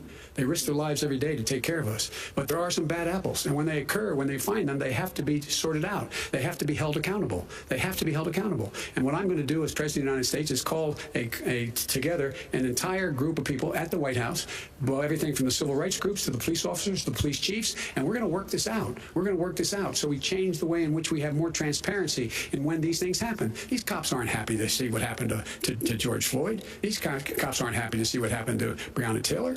Most don't like it, but we have to have a system where people are held accountable. And by the way, violence in response is never appropriate. Never appropriate. Peaceful protest is. Violence is never appropriate. What is peaceful protest? When they run through the middle of the town and burn down your stores and kill people all over the place? That is not peaceful protest. No, it's not, but you say it is. President Trump, I'd like to continue with the issue of race. I promise we're going to get to the issue of law and order in a moment. This month, your administration directed federal agencies to end racial sensitivity training that addresses white privilege or critical race theory. Why did you decide to do that, to end racial sensitivity training? And do you believe that there is systemic racism in this country, sir? I ended it because it's racist. I ended it because a lot of people were complaining that they were asked to do things that were absolutely insane, that it was a radical revolution that was taking place in our military, in our schools, all over the place, and you know it, and so does everybody else, and he would know. What is radical totally about racial sensitivity training? If you were a certain person, you had no status in life. It was sort of a reversal. And if you look at the people, we would pay people hundreds of thousands of dollars to teach very bad ideas and, frankly, very sick ideas. And really, they were teaching people to hate our country. And I'm not going to do that. I'm not going to allow that to happen. We have to go back to the core values of this country. They were teaching people that our country is a horrible place, it's a racist place, and they were teaching people to hate our country. And I'm not going to allow that to happen. Vice President Biden? Nobody's doing that. He's racist. You just don't. Here's the deal. I know a lot more about this. Let him finish. The fact is that there is racial insensitivity. People have to be made aware of what other people feel like, what insults them, what is demeaning to them. It's important that people know they don't want to. Many people don't want to hurt other people's feelings, but it makes a big difference. It makes a gigantic difference in the way a child is able to grow up and have a sense of self-esteem. It's a little bit like how this guy and his friends look down on so many people. They look down their nose on people like Irish Catholics like me and grew up in Scranton. They look down on people who don't have money. They look down on people who are of a different faith. They look down on people who are a different color. In fact, we're all Americans. The only way we're going to bring this country together is bring everybody together. There's nothing we cannot do if we do it together. We can take this on and we can defeat racism in America. President Trump, sir. During the Obama-Biden administration, there was tremendous division. There was hatred. You look at Ferguson. You go to many places. Look at Oakland. Look what happened in Oakland. Look what happened in Baltimore. Look what happened. Frankly, it was more violent than what I'm even seeing now. But the reason is that the Democrats that run these cities don't want to talk like you about law and order. Violent you still haven't mentioned. Are you in favor of law and order? I'm in favor of law. You follow. Are you in favor of law and order? Go ahead. You asked a question. Let him finish. Law and order. Law and order with justice, where people get treated fairly. Okay. And the fact of the matter is, violent crime went down 17%, 15% in our administration. All right. It's gone up on his watch. Went down much more. All right, we're not. Mr. President, you're going to Mr. President, every record in the Mr. President, you're going to be very happy because we're now going to talk about law and order. Since we had trouble, we're Democratic-run cities. That's exactly my question. There has been a dramatic increase in homicides in America this summer, particularly, and you often blame that on Democratic mayors and Democratic governors, but in fact, there have been equivalent spikes in Republican-led cities like Tulsa and Fort Worth. So the question is this really a party issue? I think it's a party issue. You can bring in a couple of examples, but if you look at Chicago, what's going on in Chicago, where 53 people were shot and 8 died shot. If you look at New York, where it's going up like nobody's ever seen anything, the numbers are going up 100, 150, 200% crime. It is crazy what's going on. And he doesn't want to say law and order because he can't, because he'll lose his radical left supporters. And once he does that, it's over with. But if he ever got to run this country and they ran it the way he would want to run it, our suburbs would be gone. By the way, our suburbs would be gone.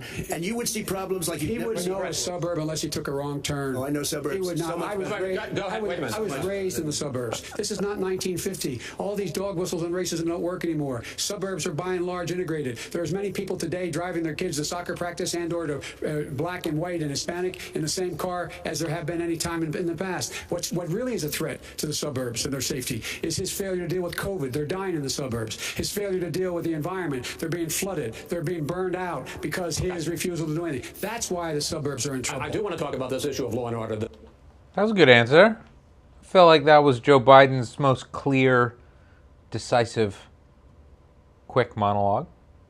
It wasn't anything about race and law and order. It was like global warming and floods and fires. You got him a couple times there. Though, and in the joint recommendation that came from the Biden-Bernie Sanders task force, you talked about, quote, reimagining policing. First of all, what does reimagining policing mean, and do you support? It means. Let me, if I might finish the question. What does reimagining policing mean, and do you support the Black Lives Matter call for community control of policing? Look. What I support is the police having the opportunity to deal with the problems they face. And I'm totally opposed to defunding the police officers. As a matter of fact, local police, the only one defunding it, his budget calls for a $400 million cut in local law enforcement assistance. They need more assistance. They need, when they show up for a 9/11 call, to have someone with them as a psychologist or psychiatrist to keep them from having to use force and be able to talk people down. We have to have community policing like we had before, where the officers get to know the people in the communities. That's when crime went down. It didn't go up. It went down. And so we have to be engaged. That's not what they're talking about, Chris. That's not what they're talking about. He's talking about defunding the police. That is not true. He doesn't have any law Well, support. He has no law enforcement That's not support. true. Almost That's nothing. not. Look. Oh, really? Who do you have? Name one group that supports you. Why is Trump allowed to interrupt like this? I don't know, but I feel like Biden is walking on shaky ground here, talking about he wants more funding for police, and I agree. Like, I agree with Biden. From his base?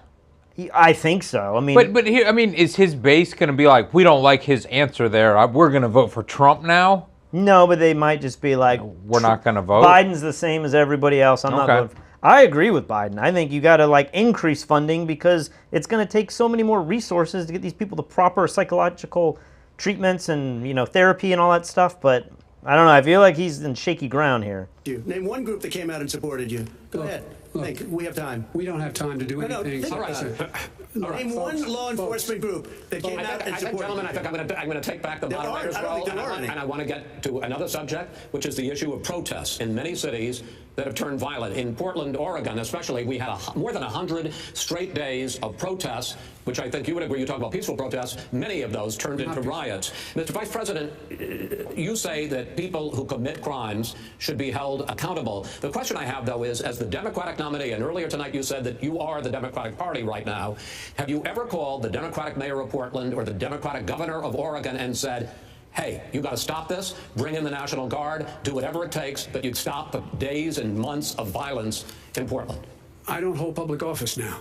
I am a former vice president. I've made it clear. I've made it clear in my public statements that the violence should be prosecuted. It should be prosecuted. And anyone who commits it. But you've never called for the people, the leader. Excuse me, sir. You have never called for the leaders in Portland and in Oregon to bring in the National Guard and knock off 100 days of riots. They can, in fact, take care of it if he just stay out of the way. Look, really?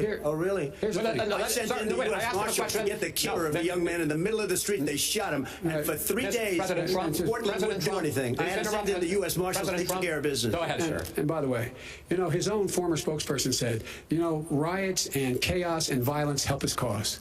That's what this is all about. I don't know who said that. I do. Who? I think Kellyanne Conway. I don't think she said that. She said that. And so here's the point. The point is that's what he keeps trying to rile everything up. He doesn't want to calm things down. Instead of going in and talking to people and saying, let's get everybody together, figure out how to deal with this. What's he do? He just pours gasoline in the fire constantly, every single solitary time. And to end this, button up this segment, I'm going to... So I feel like Trump does pour gasoline on the fire most of the time, but in terms of these riots and everything, he's not pouring gasoline on the fire. He's sending in like the army, and they're shutting it down immediately, right? I kind of feel like they're not. I mean, we've had these like mysterious, like unmarked people come in and like grab protesters and throw them in vans. But like, I feel like if you really are anti-Trump, the biggest fear has not come true. I don't see armies coming into cities and martial law happening. I feel like he's kind of letting the cities like handle it themselves, and they're getting worse. Like, I feel like the government's involvement, maybe in D.C. it's been big, but from what I've seen on TV, it doesn't feel like there's huge martial law. Now, there was in the last one. What was the one? Was it Louisville that just had like... I thought he sent the National Guard in somewhere and like... I think that was Louisville, but... Okay. I don't know. I just feel like it could be way worse. I feel like we could be like, man, we're in a police state. Look at the military in our cities. Look how awful this is. I don't really get that vibe. I kind of get the vibe of like, man, these cities are protesting for multiple days in a row now. And it feels to me like the government is less involved than maybe what Trump would want or what he could do, like what his power would allow for. Okay. I don't know. You guys let us know in the comments what you think. To answer, sir, you have repeatedly criticized... I have to answer his statement. You have repeatedly... you've been talking back and forth. Statement. I'm asking you... I would love to end it. Sir, I would love to end it. if you want to switch seats... We could very quickly. We can do that, but I'm... Send in the National Guard, it would be over. There'd be no problem. Okay. But they don't want to accept the National Guard. You have repeatedly criticized the Vice President for not specifically calling out Antifa and other left-wing extremist groups. But are you willing tonight to condemn white supremacists and militia groups and to say that they need to stand down and not add to the violence in a number of these cities, as we saw in Kenosha and as we've seen in Portland? Are you prepared to do that?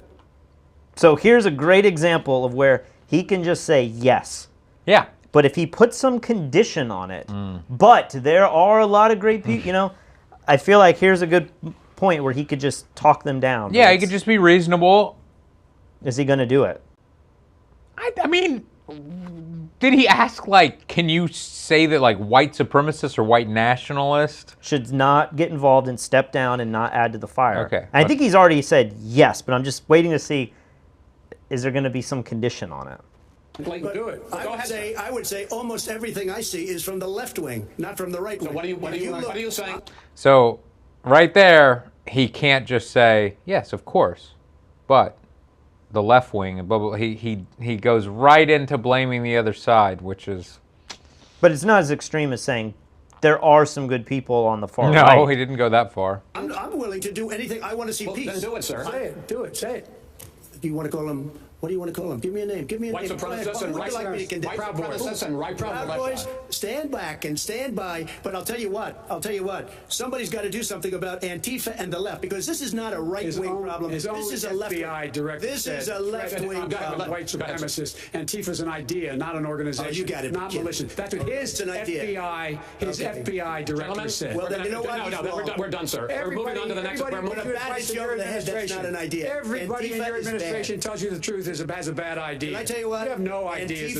Antifa is a dangerous All right, radical gentlemen, group. we're now moving on to the Trump and Biden records. They'll overthrow you. When a president, I'm going to ask a question. When the president seeks a second term, it is generally a referendum on his record. But Vice President Biden, you like to quote one of your dad's sayings, which is, don't compare me to the almighty, compare me to the alternative. And in this case, sir, you are the alternative. Looking at both of your records, I'm going to ask each of you, why should voters elect you president over your opponent? In this segment, President Trump, you go first, 2 minutes.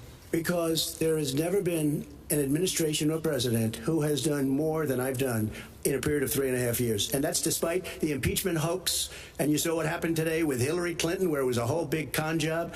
But despite going through all of these things, where I had to fight both flanks and behind me and above, there has never been an administration that's done what I've done. The greatest, before COVID came in, the greatest economy in history, lowest unemployment numbers. Everything was good. Everything was going. And by the way, there was unity going to happen. People were calling me for the first time in years. They were calling and they were saying, it's time maybe. And then what happened? We got hit, but now we're building it back up again. A rebuilding of the military, including Space Force and all of the other things. A fixing of the VA, which was a mess under him. 308,000 people died because they didn't have proper health care. He was a mess. And we now got a 91% approval rating at the VA, our vets. We take care of our vets. But we've rebuilt our military. The job that we've done, and I'll tell you something, some people say maybe the most important.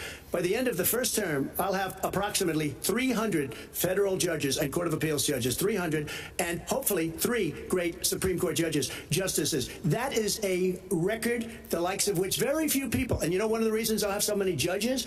Because President Obama and him left me 128 judges to fill. When you leave office, you don't leave any judges. That's like, you just don't do that. They left 128 openings, and if I were a member of his party, because they have a little different philosophy, I'd say if you left us 128 openings, you can't be a good president, you can't be a good vice president. But I want to thank you, because it gives us almost, it'll probably be above that number by the end of this term. I'm sorry. You know, a weird thing to brag about. Like, that is like not an accomplishment. I keep imagining in my mind what this debate would be like with someone else that I like more than Joe Biden. Yeah. Like, I don't agree with a lot of what Andrew Yang has to say, but I really like Andrew Yang as a person. Yeah. I feel like he's just an intelligent... Andrew Yang never said a bad thing about anyone. Like, he just wants to stick to his policies. But how can you beat somebody that speaks so quickly and just keeps saying things like, you almost... we rebuilt and it's better than ever and it was garbage before me and I built it up. You're like, it's impossible to prove or disprove these statements. You almost need somebody who can argue in a different way. Like, you need someone to attack what he is doing on the stage and be like, look at this clown. Do you Americans see what he's doing? And like, not even talk. Maybe that's the wrong approach too. But I just feel like trying to be reasonable and get your point across while that's happening, I feel like in some weird way you have to stoop to his level but be classy about it. It's tough. Yeah. I can't imagine anyone beating this right now. And I think a lot of what Trump's saying is just total BS. I mean, the big one, he did have the lowest unemployment numbers And there were things like black African Americans were employed greater in that number than ever before. Yeah, lowest unemployment numbers ever. Yeah. You know, I keep thinking of what Peter Schiff is saying. Peter Schiff would be saying the Obama administration and the Trump administration have created the largest asset bubble ever, and that this is all fake. I don't know if I should believe what Peter Schiff says, but you know, there's criticism on both of these sides. But yeah, I don't know how you'd win this debate here. I feel like I'm so curious. We'll talk about it here in a minute, but I'm curious to see what everyone's saying tomorrow. 300 judges. It's a record. Looking at both your records, why should voters elect you president as opposed to President Trump? You have 2 minutes uninterrupted. Under this president, we become weaker, sicker, poorer, more divided, and more violent. When I was vice president, we inherited a recession. I was asked to fix it. I did. We left him a booming economy, and he caused the recession. With regard to being weaker, the fact is that I've gone head-to-head with Putin and made it clear to him we're not going to take any of his stuff. He's Putin's puppy. He still refuses to even say anything to Putin about the bounty on the heads of American soldiers. Your son got $3.5 million. And by the way, my son... Wait a minute. Mr. President, your campaign agreed to both sides would get 2-minute answers uninterrupted. Well, your side agreed to it, and why don't you observe what your campaign agreed to as a ground rule, okay, sir? He never keeps his word. No, I'm not asking. That was a rhetorical question. Can you go add ahead, back sir. 30 seconds? Yeah, yes, you may have. All right. Go ahead. So, thirdly, we're poor. The billionaires have gotten much more wealthy by a tune of over $300 to $400 billion more just since COVID. You in the home, you got less. You're in more trouble than you were before. In terms of being more violent, when we were in office, there were 15% less violence in America than there is today. He's president of the United States. It's on his watch. And with regard to more divided, the nation can't stay divided. We can't be this way. And speaking of my son, the way you talk about the military, the way you talk about them being losers and being and just being suckers. My son was in Iraq. He spent a year there.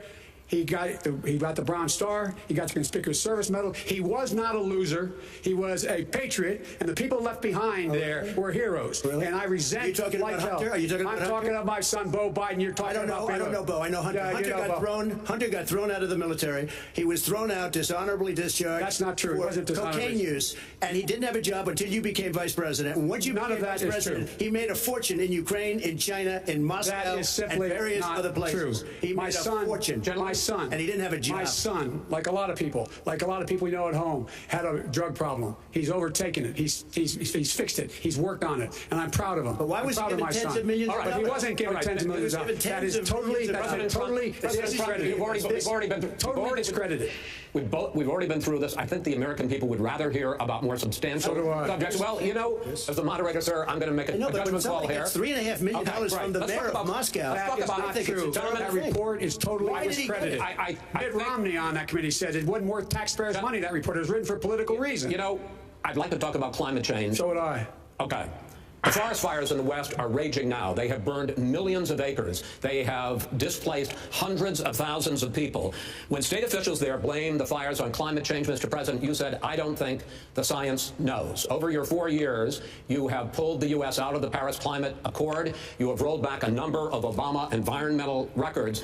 What do you believe about the science of climate change, and what will you do in the next 4 years to confront it? I want crystal clean water and air. I want beautiful, clean air. We have now the lowest carbon. If you look at our numbers right now, we are doing phenomenally. But I haven't destroyed our businesses. Our businesses aren't put out of commission. If you look at the Paris Accord, it was a disaster from our standpoint. And people are actually very happy about what's going on because our businesses are doing well. As far as the fires are concerned, you need forest management. I hate and love and appreciate how vague Trump is. And I guess I have to also say Biden is very vague with everything as well. But at least Biden's coming up with some numbers and stuff that could be fact-checked. But when he just says things like, our air and our carbon is cleaner than ever, I guess that can be fact-checked. But then like the Paris Climate Agreement or whatever, that was a disaster. And people are happy about, like, how do you look into that? I guess there's polls of what people say about it, and like what specifically does he mean is a disaster? I don't know. He's about to talk about these fires, and I think he just said there needs to be more like controlled burnings and stuff. Okay. I see this with Charleston. Like, I saw in the Charleston subreddit, everyone's like, oh my gosh, it's flooding and the waters are rising. And it's like, well, the waters have risen very, very, very little. It's been flooding for like 40 years. Yeah. I, as someone not on the West Coast, feel like California's had fires burning ever since I could remember. Yeah. You were just out there. Well, but like the way it's shaped, doesn't the wind dry the trees and they catch Yeah, fire? and it doesn't get much rain. And I also heard that somebody was telling me that if you let the fires burn, then there would be more fires, but there would be more less size or something. There'd be more numbers of fires per year, but you let them burn, and then when the big ones come, they end. You know, when there's no more tinder to burn or whatever. And so the fact that they were doing such a good job of putting them out has kind of made this last fire even worse than normal. I don't know what's true. Somebody told me that. Let's continue. In addition to everything else, the forest floors are loaded up with trees, dead trees that are years old, and they're like tinder, and leaves and everything else. You drop a cigarette in there, the whole forest burns down. You've got to have forest management. What do you believe about the science of climate change, sir? I believe that we have to do everything we can to have immaculate air, immaculate water, and do whatever else we can that's good. You know, we're planting 1 billion trees, the Billion Tree Project, and it's very exciting. Do you believe that human pollution, greenhouse gas emissions contributes to the global warming of the planet? I think a lot of things do, but I think to an extent, yes. But I also think we have to do better management of our forests. Every year, I get the call, California's burning, California's burning. If that was cleaned, if you had forest management, good forest management, you wouldn't be getting those calls. You know, in Europe, they live their forest cities. They're called forest cities. They maintain their forests. They manage their forests. I was with the head of a major country. It's a forest city. He said, sir, we have trees that are far more, they ignite much easier than California. There shouldn't be that problem. I spoke with the governor about it. I'm getting along very well with the governor. But I said, you know, at some point, you can't every year have hundreds of thousands of acres of land just burned to the ground. That's burning down because of a lack of management. Sir, if you believe in the science of climate change, why have you rolled back the Obama Clean Power Plan, which limited carbon emissions in power plants? Why have you relaxed? Because it was driving energy prices through the sky. Why have you relaxed fuel economy standards that are going to create more pollution from cars? Well, not really, because what's happening is the car is much less expensive and it's a much safer car, and you're talking about a tiny difference. And then what would happen, because of the cost of the car, you would have at least double and triple the number of cars purchased. We have the old slugs out there that are 10, 12 years old. If you did that, the car would be safer. It would be much cheaper by $3,500. They simply it would take a lot of cars off the market because people would be able to afford a car. Now, and by the way, we're going to see how that turns out. But a lot of people agree with me, many people. The car has gotten so expensive because they have computers all over the place for an extra little bit of gasoline. And, and I'm okay with electric cars, too. I think I'm all for electric cars. I've given big incentives for electric cars. But what they've done in California is just crazy. Vice President Biden, I'd like you to respond to the president's climate change record, but I also want to ask you about a concern. You proposed $2 trillion in green jobs. You talk about new limits, not abolishing, but new limits on fracking, ending the use of fossil fuels to generate electricity by 2035, and zero net emission of greenhouse gases by 2050. The president says a lot of these things would tank the economy and cost millions of jobs. He's absolutely wrong, number one. Number two, if in fact, during our administration, the Recovery Act, I was in charge, able to bring down the cost of renewable energy to cheaper than or as cheap as coal and gas and oil. Nobody's going to build another coal-fired plant in America. No one's going to build another oil-fired plant in America. They're going to move to renewable energy, number one. Number two, we're going to make sure that we are able to take the federal fleet and turn it into a fleet that's run on their electric vehicles. Making sure that we can do that, we're going to put 500,000 charging stations and all of the highways that we're going to be building in the future. We're going to build an economy that, in fact, is going to provide for the ability of us to take 4 million buildings and make sure that they, in fact, are weatherized in a way that, in fact, they'll emit significantly less gas and oil because the heat will not be going out. There's so many things that we can do now to create thousands and thousands of jobs. We can get to net zero in terms of energy production by 2035. Not only not costing people jobs, creating millions of good-paying jobs, not $15 an hour, but prevailing wage, by having a new infrastructure that, in fact, is green green. And the first thing I will do, I will rejoin the Paris Accord. I will join the Paris Accord because with us out of it, look what's happening. It's all falling apart. And talk about someone who has no relationship with foreign policy. Brazil, the rainforests of Brazil are being torn down, are being ripped down. More carbon is absorbed in that rainforest than every bit of carbon that's emitted in the United States. Instead of doing something about that, I would be gathering up and making sure we had the countries of the world coming up with $20 billion and say, here's $20 billion. Stop tearing down the forest. And if you don't, then you're going to have significant economic consequences. What about the argument that President Trump basically says that you have to balance environmental interests and economic interests, and he's drawn his line? Well, he hadn't drawn a line. He still, for example, makes sure that he wants to make sure that methane's not a problem. You can now emit more methane without it being a problem. Methane. This is a guy who says that you don't have to have mileage standards for automobiles that exist now. This is a guy who says that. Well, the fact is, it's all true. And here's the deal. Talking about the Green New Deal, and it's not $2 billion or $20 billion, as you said. It's $100 trillion. I'm talking about where they want to rip down buildings and rebuild the building. It's the dumbest, most ridiculous. Where airplanes are out of business, where two-car systems are out, where they want to take out the cows. That's not true either, right? This is a $100 trillion. That's more money than our country could make in 100 years if we not the case. All right, let me because I actually wait a minute, sir. I actually have studied your plan, and it includes upgrading 4 million buildings, weatherizing 2 million homes over 4 years, building 1.5 million energy-efficient homes. So the question becomes, the president is saying, I think some people who support the president would say that sounds like it's going to cost a lot of money and hurt the economy. What it's going to do is going to create thousands and millions of jobs, good-paying jobs. Let him finish, sir. He doesn't know how to do that. $100 billion. The fact is, it's going to create millions of good-paying jobs, and these tax incentives for people to weatherize, which he wants to get rid of. It's going to make the economy much safer. Look how much we're paying now to deal with the hurricanes. By the way, he has an answer for hurricanes. He said maybe we should drop a nuclear weapon on them. They may. I never said that. That's what they did say. You made it up. And here's the deal. You make up. We are going to be in a position where we can create hard, good jobs by making sure the environment is clean and we all are in better shape. We spend billions of dollars now.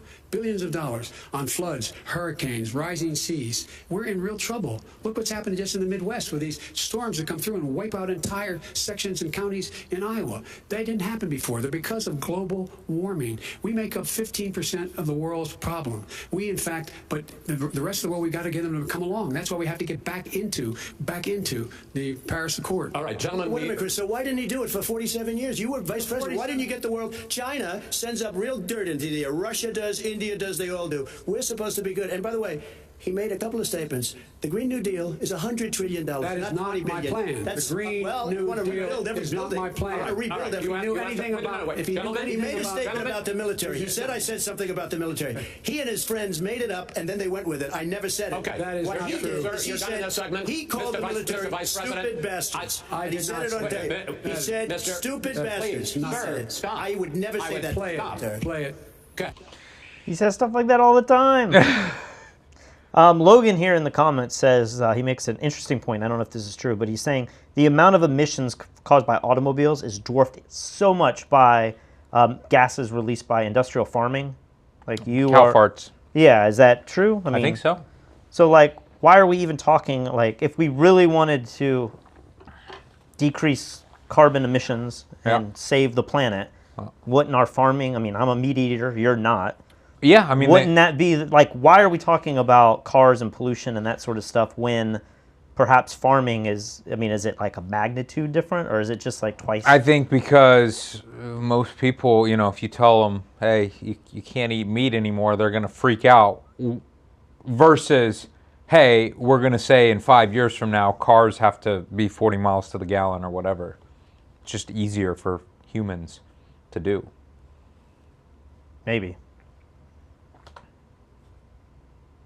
Mr. Vice President answered his final question. The final question is, I can't remember which of all was ranting. I'm having a little trouble myself, but and about the economy and about this question of what it's going to cost. The economy. I mean, the Green New Deal and the idea of what your environmental changes will do. The Green New Deal will pay for itself as we move forward. We're not going to build plants that, in fact, are great polluting plants. Do you support the Green New Deal? Pardon me? Do you support? No, I don't support the Green New Deal. You don't? Oh, well, that's a big statement. I support the radical left. I support the Biden plan that I put forward. Okay. The Biden plan, which is different than what he calls the radical Green New Deal. All right, gentlemen, final segment.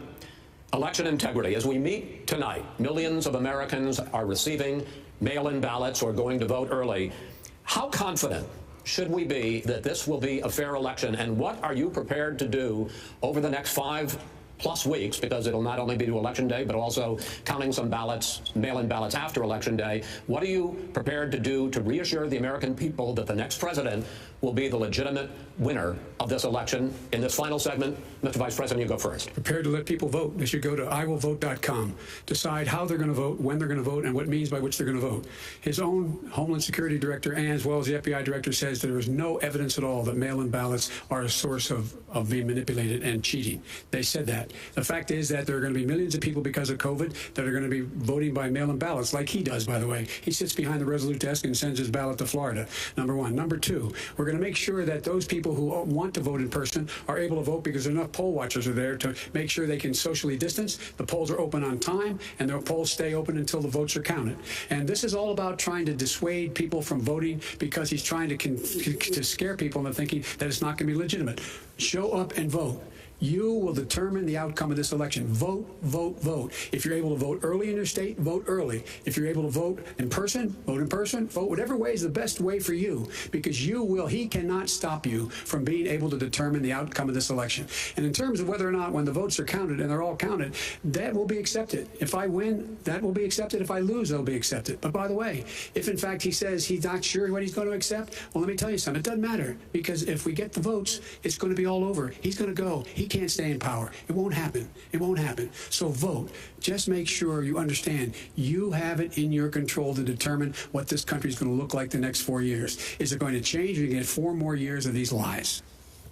Mr. President, 2 minutes. So when I listened to Joe talking about a transition, there's been no transition from when I won. I won that election. And if you look at crooked Hillary Clinton, if you look at all of the different people, there was no transition, because they came after me trying to do a coup. They came after me spying on my campaign. They started from the day I won, and even before I won, from the day I came down the escalator with our First Lady. They were a disaster. They were a disgrace to our country. And we've caught them. We've caught them all. We've got it all on tape. We've caught them all. And by the way, you gave the idea for the Logan Act against General Flynn. You better take a look at that, because we caught you in a sense. And President Obama was sitting in the office. He knew about it too. So don't tell me about a free transition. As far as the ballots are concerned, it's a disaster. A solicited ballot, okay, solicited is okay. You're soliciting, you're asking, they send it back, you send it back. I did that. If you have an unsolicited, they're sending millions of ballots all over the country. There's fraud. They found them in creeks. They found some with the name Trump, just happened to have the name Trump just the other day in a waste paper basket. They're being sent all over the place. They sent 2 in a Democrat area. They sent out 1,000 ballots. Everybody got 2 ballots. This is going to be a fraud like you've never seen. The other thing, it's nice on November 3rd, you're watching and you see who won the election. And I think we're going to do well, because people are really happy with the job we've done. But you know what? We won't know. We might not know for months, because these ballots are going to be all over. Take a look at what happened in Manhattan. Take a look at what happened in New Jersey. Take a look at what happened in Virginia and other places. They're not losing 2%, 1%, which, by the way, is too much. An election could be won or lost with that. They're losing 30 and 40%. It's a fraud, and it's a shame. And can you imagine where they say you have to have your ballot in by November 10th? November 10th. That means that's 7 days after the election, in theory, should have been announced. Okay. We have major states with that. Sir, all run by 2 Democrats. minutes is 2 minutes. All run by Democrats. It's President Trump, it's a rigged election. You're going to be able to continue. You have been charging for months that mail-in balloting is going to be a disaster. You say it's rigged, that it's going to lead to fraud. But in 2018, in the last midterm election, 31 million people voted mail-in voting. That was a quarter, more than a quarter of all the voters that year cast their ballots by mail. Now that millions of mail-in ballots have gone out, what are you going to do about it? And are you counting on the Supreme Court, including a Justice Barrett, to settle any dispute? Yeah, I think I'm counting on them to look at the ballots, definitely. I hope we don't need them in terms of the election itself. But for the ballots, I think so. Because what's happening is incredible. I read today, where at least 1% of the ballots for 2016 were invalidated. They take them. We don't like them. We don't like them. Well, They what throw do you them do out. about it? There are millions of ballots going out What right you now. do What is are you go gonna and do? vote. You do a solicited ballot, No, and that's okay. I know Or you're you go and complaining. vote. I'm asking you about the fact that millions of people. You go and vote. You go and No, vote but like I'm saying is, what are you they gonna do used about to the in fact the that old. millions of people. You either do, Chris, a solicited ballot where you're sending it in, they're sending it back, and you're sending. They have mailmen with lots of it. Did you see what's going on? Take a look. Do you at know West what he's Virginia. talking Mailmen about? sell it. No, I don't know. But I mean, it seems like Chris Wallace is making a great point that through all of our elections we've had, I mean, he said a quarter of people voted by mail in the midterm elections. Yeah. It wasn't a problem back then. Right. I mean, I don't know enough about this area. I mean, I feel like there's got to be some kind of crypto, blockchain or some way to vote. It makes no sense that filling something out on paper and then handing it to somebody who's going to like take it 1,000 miles away, that can't be tampered with. But yet, if we did it digitally with our social security number or bank account or email address, that could. I don't know. I don't know. I mean, I don't like the idea that you can vote after the day of the election. That doesn't make sense. I don't like the idea that like states in a different time zone can see results coming. It seems weird to me. Maybe like there is so little difference that could be made in that time period, but it just feels like to me like it should be a completely blinded thing. And then like if we need to count the ballots, why don't we just count them 2 weeks after the election date? Yeah. I don't like the idea of people being able to see what's happening, and then you could maybe, that would be the same as if we drew straws for something, like I just feel like that doesn't seem right. But I don't know that I can go down this road he's going where like things are manipulated. The ballots, they're being sold. They're being dumped in rivers. This is a horrible thing for our country. This is not going to end well. There is no this is not going to end well. 5 states have had mail-in ballots for the last decade or more, 5, including 2 Republican states. And you don't have to solicit the ballot. It's sent to you. It's sent to your home. What they're saying is that it has to be a postmark by election day. If it doesn't get in until the 7th, 8th, 9th, it still should be counted. He's just afraid of counting the votes. You're wrong. You're wrong. I want to continue with you on this. Vice President Biden. Chris, he's so wrong when he makes a statement like that. Excuse me. Vice President Biden, the biggest problem, in fact, over the years with mail-in voting has not been fraud historically. It has been that sizable numbers, sometimes hundreds of thousands of ballots are thrown out because they have not been properly filled out, or there is some other irregularity, or they missed the deadline. So the question I have is, are you concerned that the Supreme Court with a Justice Barrett will settle any dispute? I'm concerned that any court would settle this because here's the deal. When you get a ballot and you fill it out, you're supposed to have an affidavit. If you didn't know, you have someone say that this is me. You should be able to, if in fact you can verify that's you before the ballot is thrown out, that's sufficient to be able to count the ballot because someone made a mistake and not dotting the correct I. Who they voted for, testify, say who they voted for, say it's you. That is totally legitimate. All right. Excuse me, when you have 80 million ballots, Senate and swamping the system, you know it can't be done. You know it can't, and already all right. it's been so now, mail service delivers final 185 million in 8 states, we can keep talking. In 8 states, election workers are prohibited, currently by law, 8 states, from even beginning to process ballots, even take them out of the envelopes and flatten them until election day. That means that it's likely, because there's going to be a huge increase in mail-in balloting, that we are not going to know on election night who the winner is, that it could be days, it could be weeks. What's that? I was about to say what I'm saying, that there's going to be a winner on the election night, and then suddenly there's another winner 2 weeks down the road. Yeah, I can see that insanity. Until we find out who the new president is. So first for you, sir, finally for the vice president, I hope neither of you will interrupt the other. Will you urge your supporters to stay calm during this extended period, not to engage in any civil unrest, and will you pledge tonight that you will not declare victory until the election has been independently certified? President Trump, you go first. I'm urging my supporters to go into the polls and watch very carefully, because that's what has to happen. I am urging them to do it. As you know, today there was a big problem. In Philadelphia, they went in to watch. They're called poll watchers, a very safe, very nice thing. They were thrown out. They weren't allowed to watch. You know why? Because bad things happen in Philadelphia, bad things. And I am urging my people. I hope it's going to be a fair election. If it's a fair election, I am 100% on board. But if I see tens of thousands of ballots being manipulated, I can't go along with that. And I'll tell you what, from a common sense, I'll tell you what it means. It means you have a fraudulent election. You're sending out 80 million ballots. They're not equipped to. These people aren't equipped to handle it, number one. Number two, they cheat. They cheat. Hey, they found ballots in a waste paper basket 3 days ago, and they all had the name military ballots. They were military. They all had the name Trump on them. Vice President you think Biden, that's good? Vice President Biden, final question for you. Will you urge your supporters to stay calm while the vote is counted, and will you pledge not to declare victory until the election is independently certified? Yes, and here's the deal. We count the ballots, as you pointed out. Some of these ballots in some states can't even be opened until Election Day. And if there's thousands of ballots, it's going to take time to do it. And by the way, our military, they've been voting by ballots since at the end of the Civil War, in effect. And that's what's going to happen. Why was it not? Why is it for them somehow not fraudulent? It's the same process.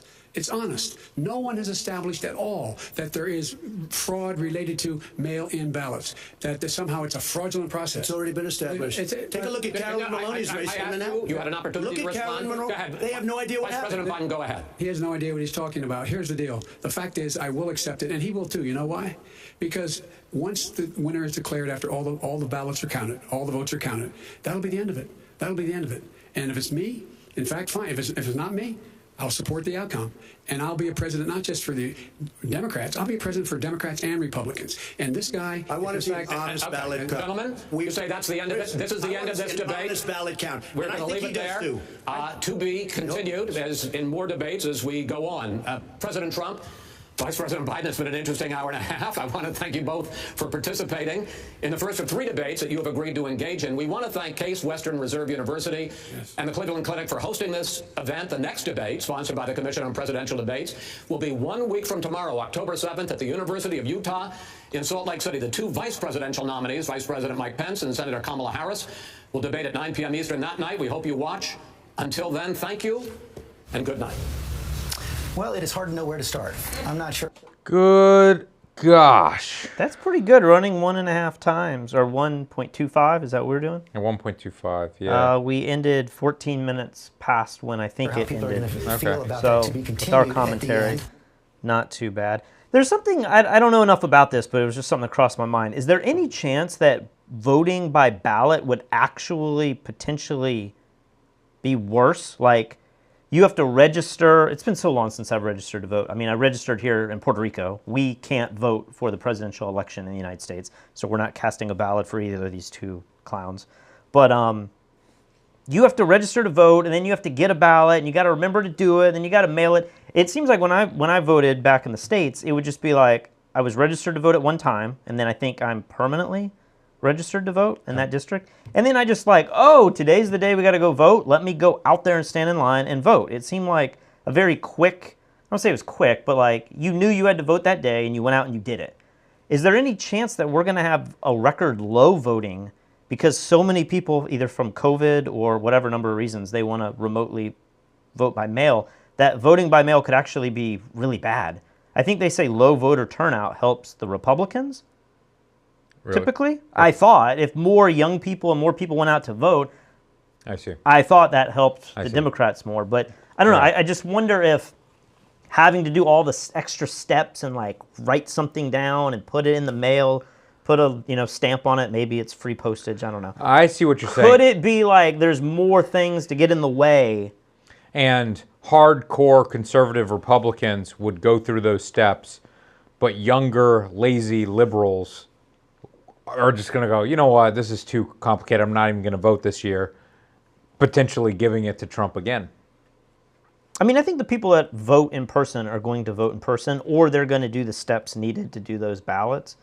It's the people that they're trying to say, we need to go out and, it used to be when I was a kid, it was like rock the vote, Vote or die. Vote or die. If it's those people that wouldn't normally vote, maybe it would be easier to persuade them to leave their home and go to the polling office and vote and get the sticker versus a bunch of different steps. I don't know. Maybe you could make the argument that it's never been easier to vote, through mail. Yeah. And that's easy. I don't know what the answer of that is, but I just wonder if they're debating all of this. I wonder if voting by mail actually could cause lower voter turnout because somehow it's more convoluted and there's like 3 steps. And the truth is, I don't even know how you register to vote. Do you just go to the DMV? I thought it was something to do when you got like a license or a license plate. You could do it. All But in obviously, one if you step. live in a place where you don't have cars, like New York City, very few people have cars. Like there's another system, but it never seemed that hard. And then maybe it's because I didn't move around a lot. You know, if you're constantly moving from district, it's like a bigger pain. But I don't know. It's just something I was thinking about. Could it possibly be a low voter turnout because so many people are scared to? Which would help Trump, and he's arguing against it. That's a really good point. I've heard similar things in past elections that lower voter turnout usually means a conservative will win. Interesting. How do you feel like the overall media tomorrow is going to, like, do you feel like Biden started the basics? Did he win that debate? I don't feel like he did. I feel like he was reasonable. He was respectful. And that's the type of person that I want to be president. But when you put somebody like that next to Trump, he does kind of feel weaker and more soft-spoken and meek. And those are not things that I want in a president, you know? Did he feel senile? Not as bad as like the leg hair video and the learning about roaches video and the crazy Is that a senile video stuff. or is that just a weird video from years ago? Like, that video has been floating around for at least a year and a half, right? Okay.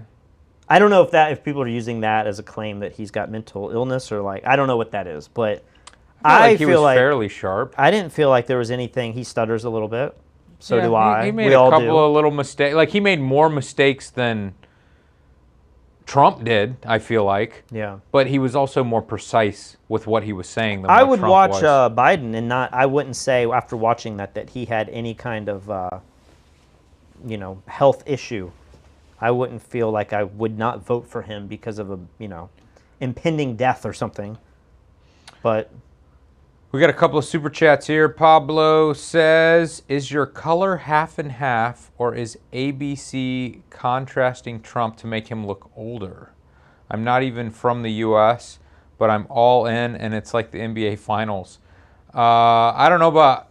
I didn't notice any contrast difference. I definitely noticed a neon orange Cheeto difference on Trump, but that's it. Pablo, who you got in the finals? It's got to be L.A., right?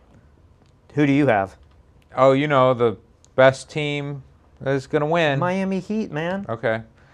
Derek, thank you so much. $50 super chat. We appreciate it. He says, you get a ballot in the mail a month early. You send it in weeks early.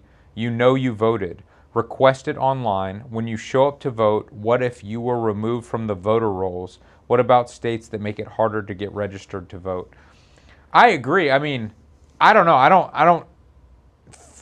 I agree that mail can occasionally be lost. I think we just sold something on eBay that was like $400, and I think it got lost in the mail. Did you not hear about this? No. One of the things David sold got lost in the mail. So obviously... Mailed from... Was it in Charleston? Yeah. It wasn't mailed from Puerto Rico. No. So obviously certain votes will be lost, but... That number's got to be so small. It's statistically small, and it would also affect both Trump and Biden. I'm not sure, like Trump had, there was some article that came out that like a few Trump ballots were found in a trash can or something, and he's like, aha, you see? But I don't... Scary thing with that is that could be manipulated news too. You could have an organization, just like you see with these rioters, people showing up with U-Hauls that have all of this riot stuff in the U-Haul.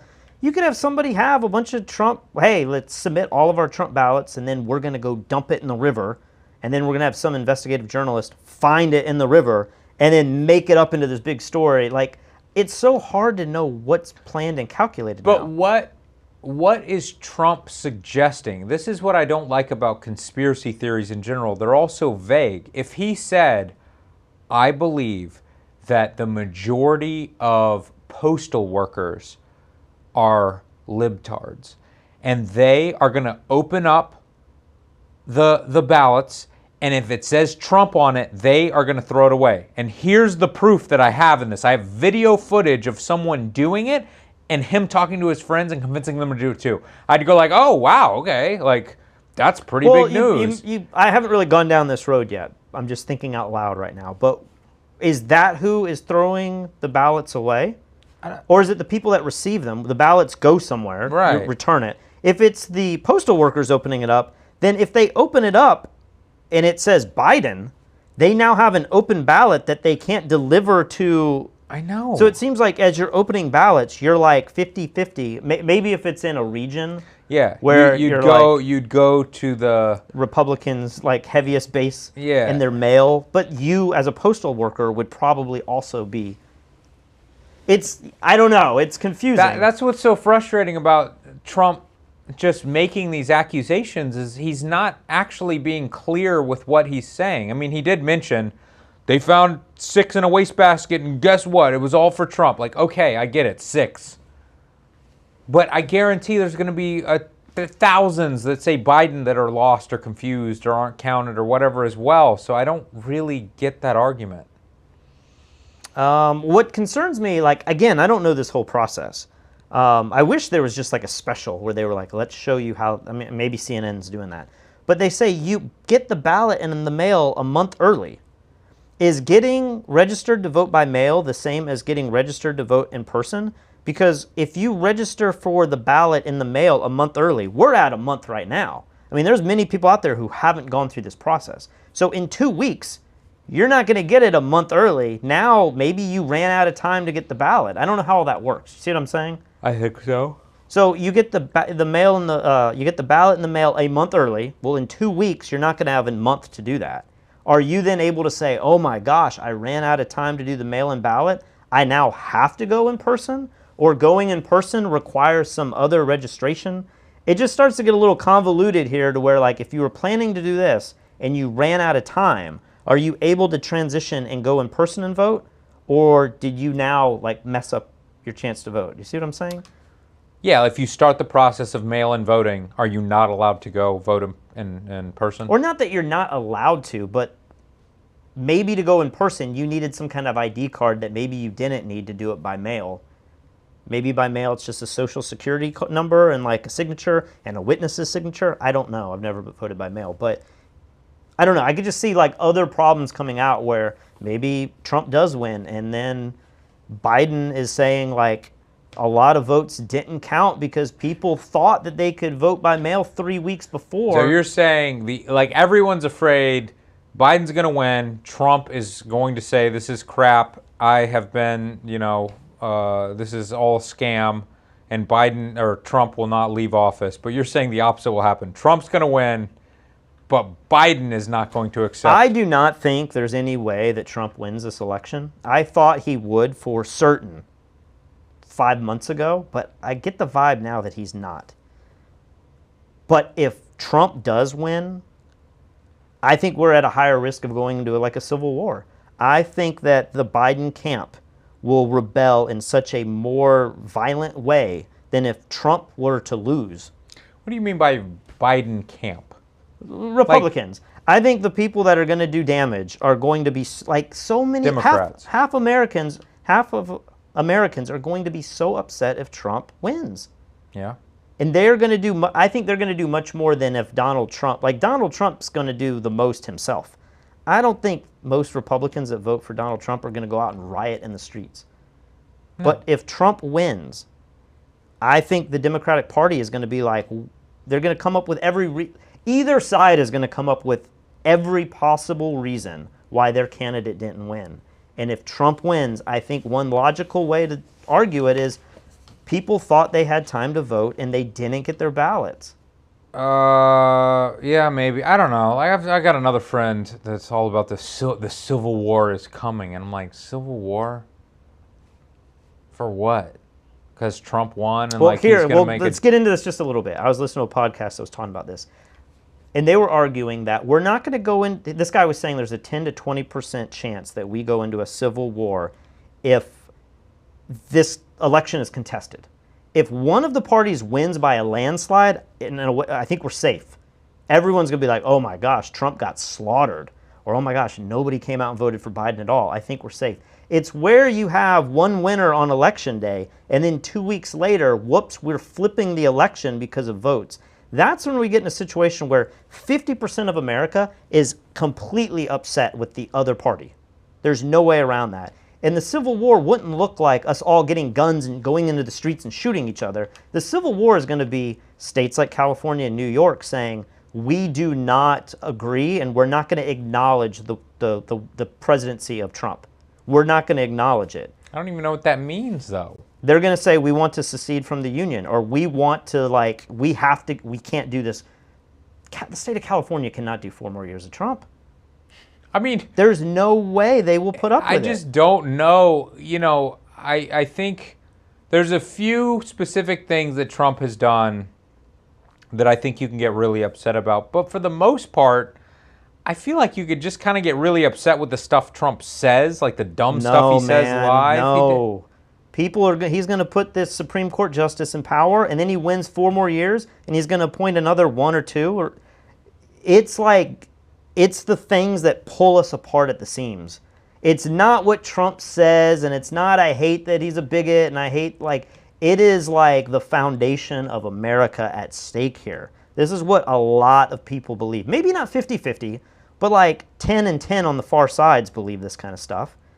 I tend to believe like we're all just going to make it through, and a lot of the stuff either side doesn't really make that big of a difference to me personally in my own life. Yeah. But I don't think that's what's going to happen. I think if Trump wins, I think there are going to be states that are going to rebel in ways that we've never seen in our union. And I think if... rebel from what? For what reason? Not like, I don't like him personally. They're going to say the election was rigged. No. What would Trump do that the state would say, we will not abide by that? It's all going to come down to a contested election. And if the election is decided by a Supreme Court justice as the 9th vote that he put in months before, dude, we're talking, I mean, this isn't like, oh, we just don't like Trump. This is a president was decided in American history based on what seems to be the most manipulated system in the history of our country. This is big, big stuff. This isn't like conspiracy talk and stuff. Like, it's a little conspiracy that this could even happen. But I think the odds of this happening are low. Maybe it's 10%. But it's something that really could happen. Imagine if the Supreme Court justice that Trump puts in office, that he appoints right now, is the deciding factor on who's the president. Because the votes are so close and because we're debating the ballots, like, it could be a disaster. I see that. And if hard left-leaning states, you know, a lot of these states, they want to get rid of the electoral college and they want to only have the popular vote. And if they say, oh my gosh, we are the largest state in the union and our vote didn't matter and now we have to deal with Trump and he won by some crazy mechanism, there is going to be some consequence that we've never seen before in our country. If that's a civil war or not, I don't know. Like, I don't think we're going to be like, you know, our civil war, we're out fighting, you know, in the fields and stuff with guns, but it's going to be some kind of war of action, you know. Maybe the Democrats win the Senate. And now all of a sudden you have the House and the Senate run by the Democrats. I mean, it's going to be a disaster, I think. And that's my fear, is not just if Trump wins, but maybe if Biden winds up winning in a similar way. Trump wins the night of the election, Biden wins with all the mail-in ballots, and on Inauguration Day, it's like Biden's the winner. I don't know what's going to happen with super conservative states that are also going to view it the same way that I just presented from the Democratic side. Right. I'm worn out. It's just beginning, too. Luckily, we only have like 35 days of this.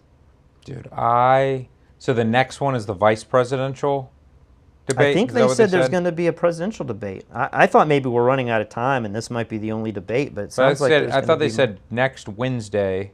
I thought they said early might be the... Oh, same night. Maybe. That's how I thought I heard it, but maybe I'm wrong. Man, I almost want to watch that more because I feel like those two are more respectable. They're certainly more respectable. Not that Biden's not respectable. I don't mean to say it like that. But Yeah. Trump's not respectable. Yeah. I feel like... Who's the vice president right now? Pence.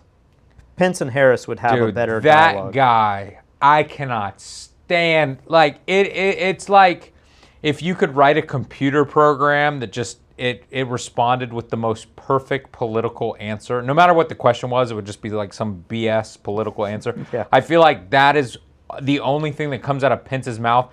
I immediately start falling asleep when that guy's talking because I'm like, he's never going to make a mistake. He's never going to say anything that's interesting. He's never going to ruffle any feathers. It's just like the excuse me, the power of the American spirit can push us forward.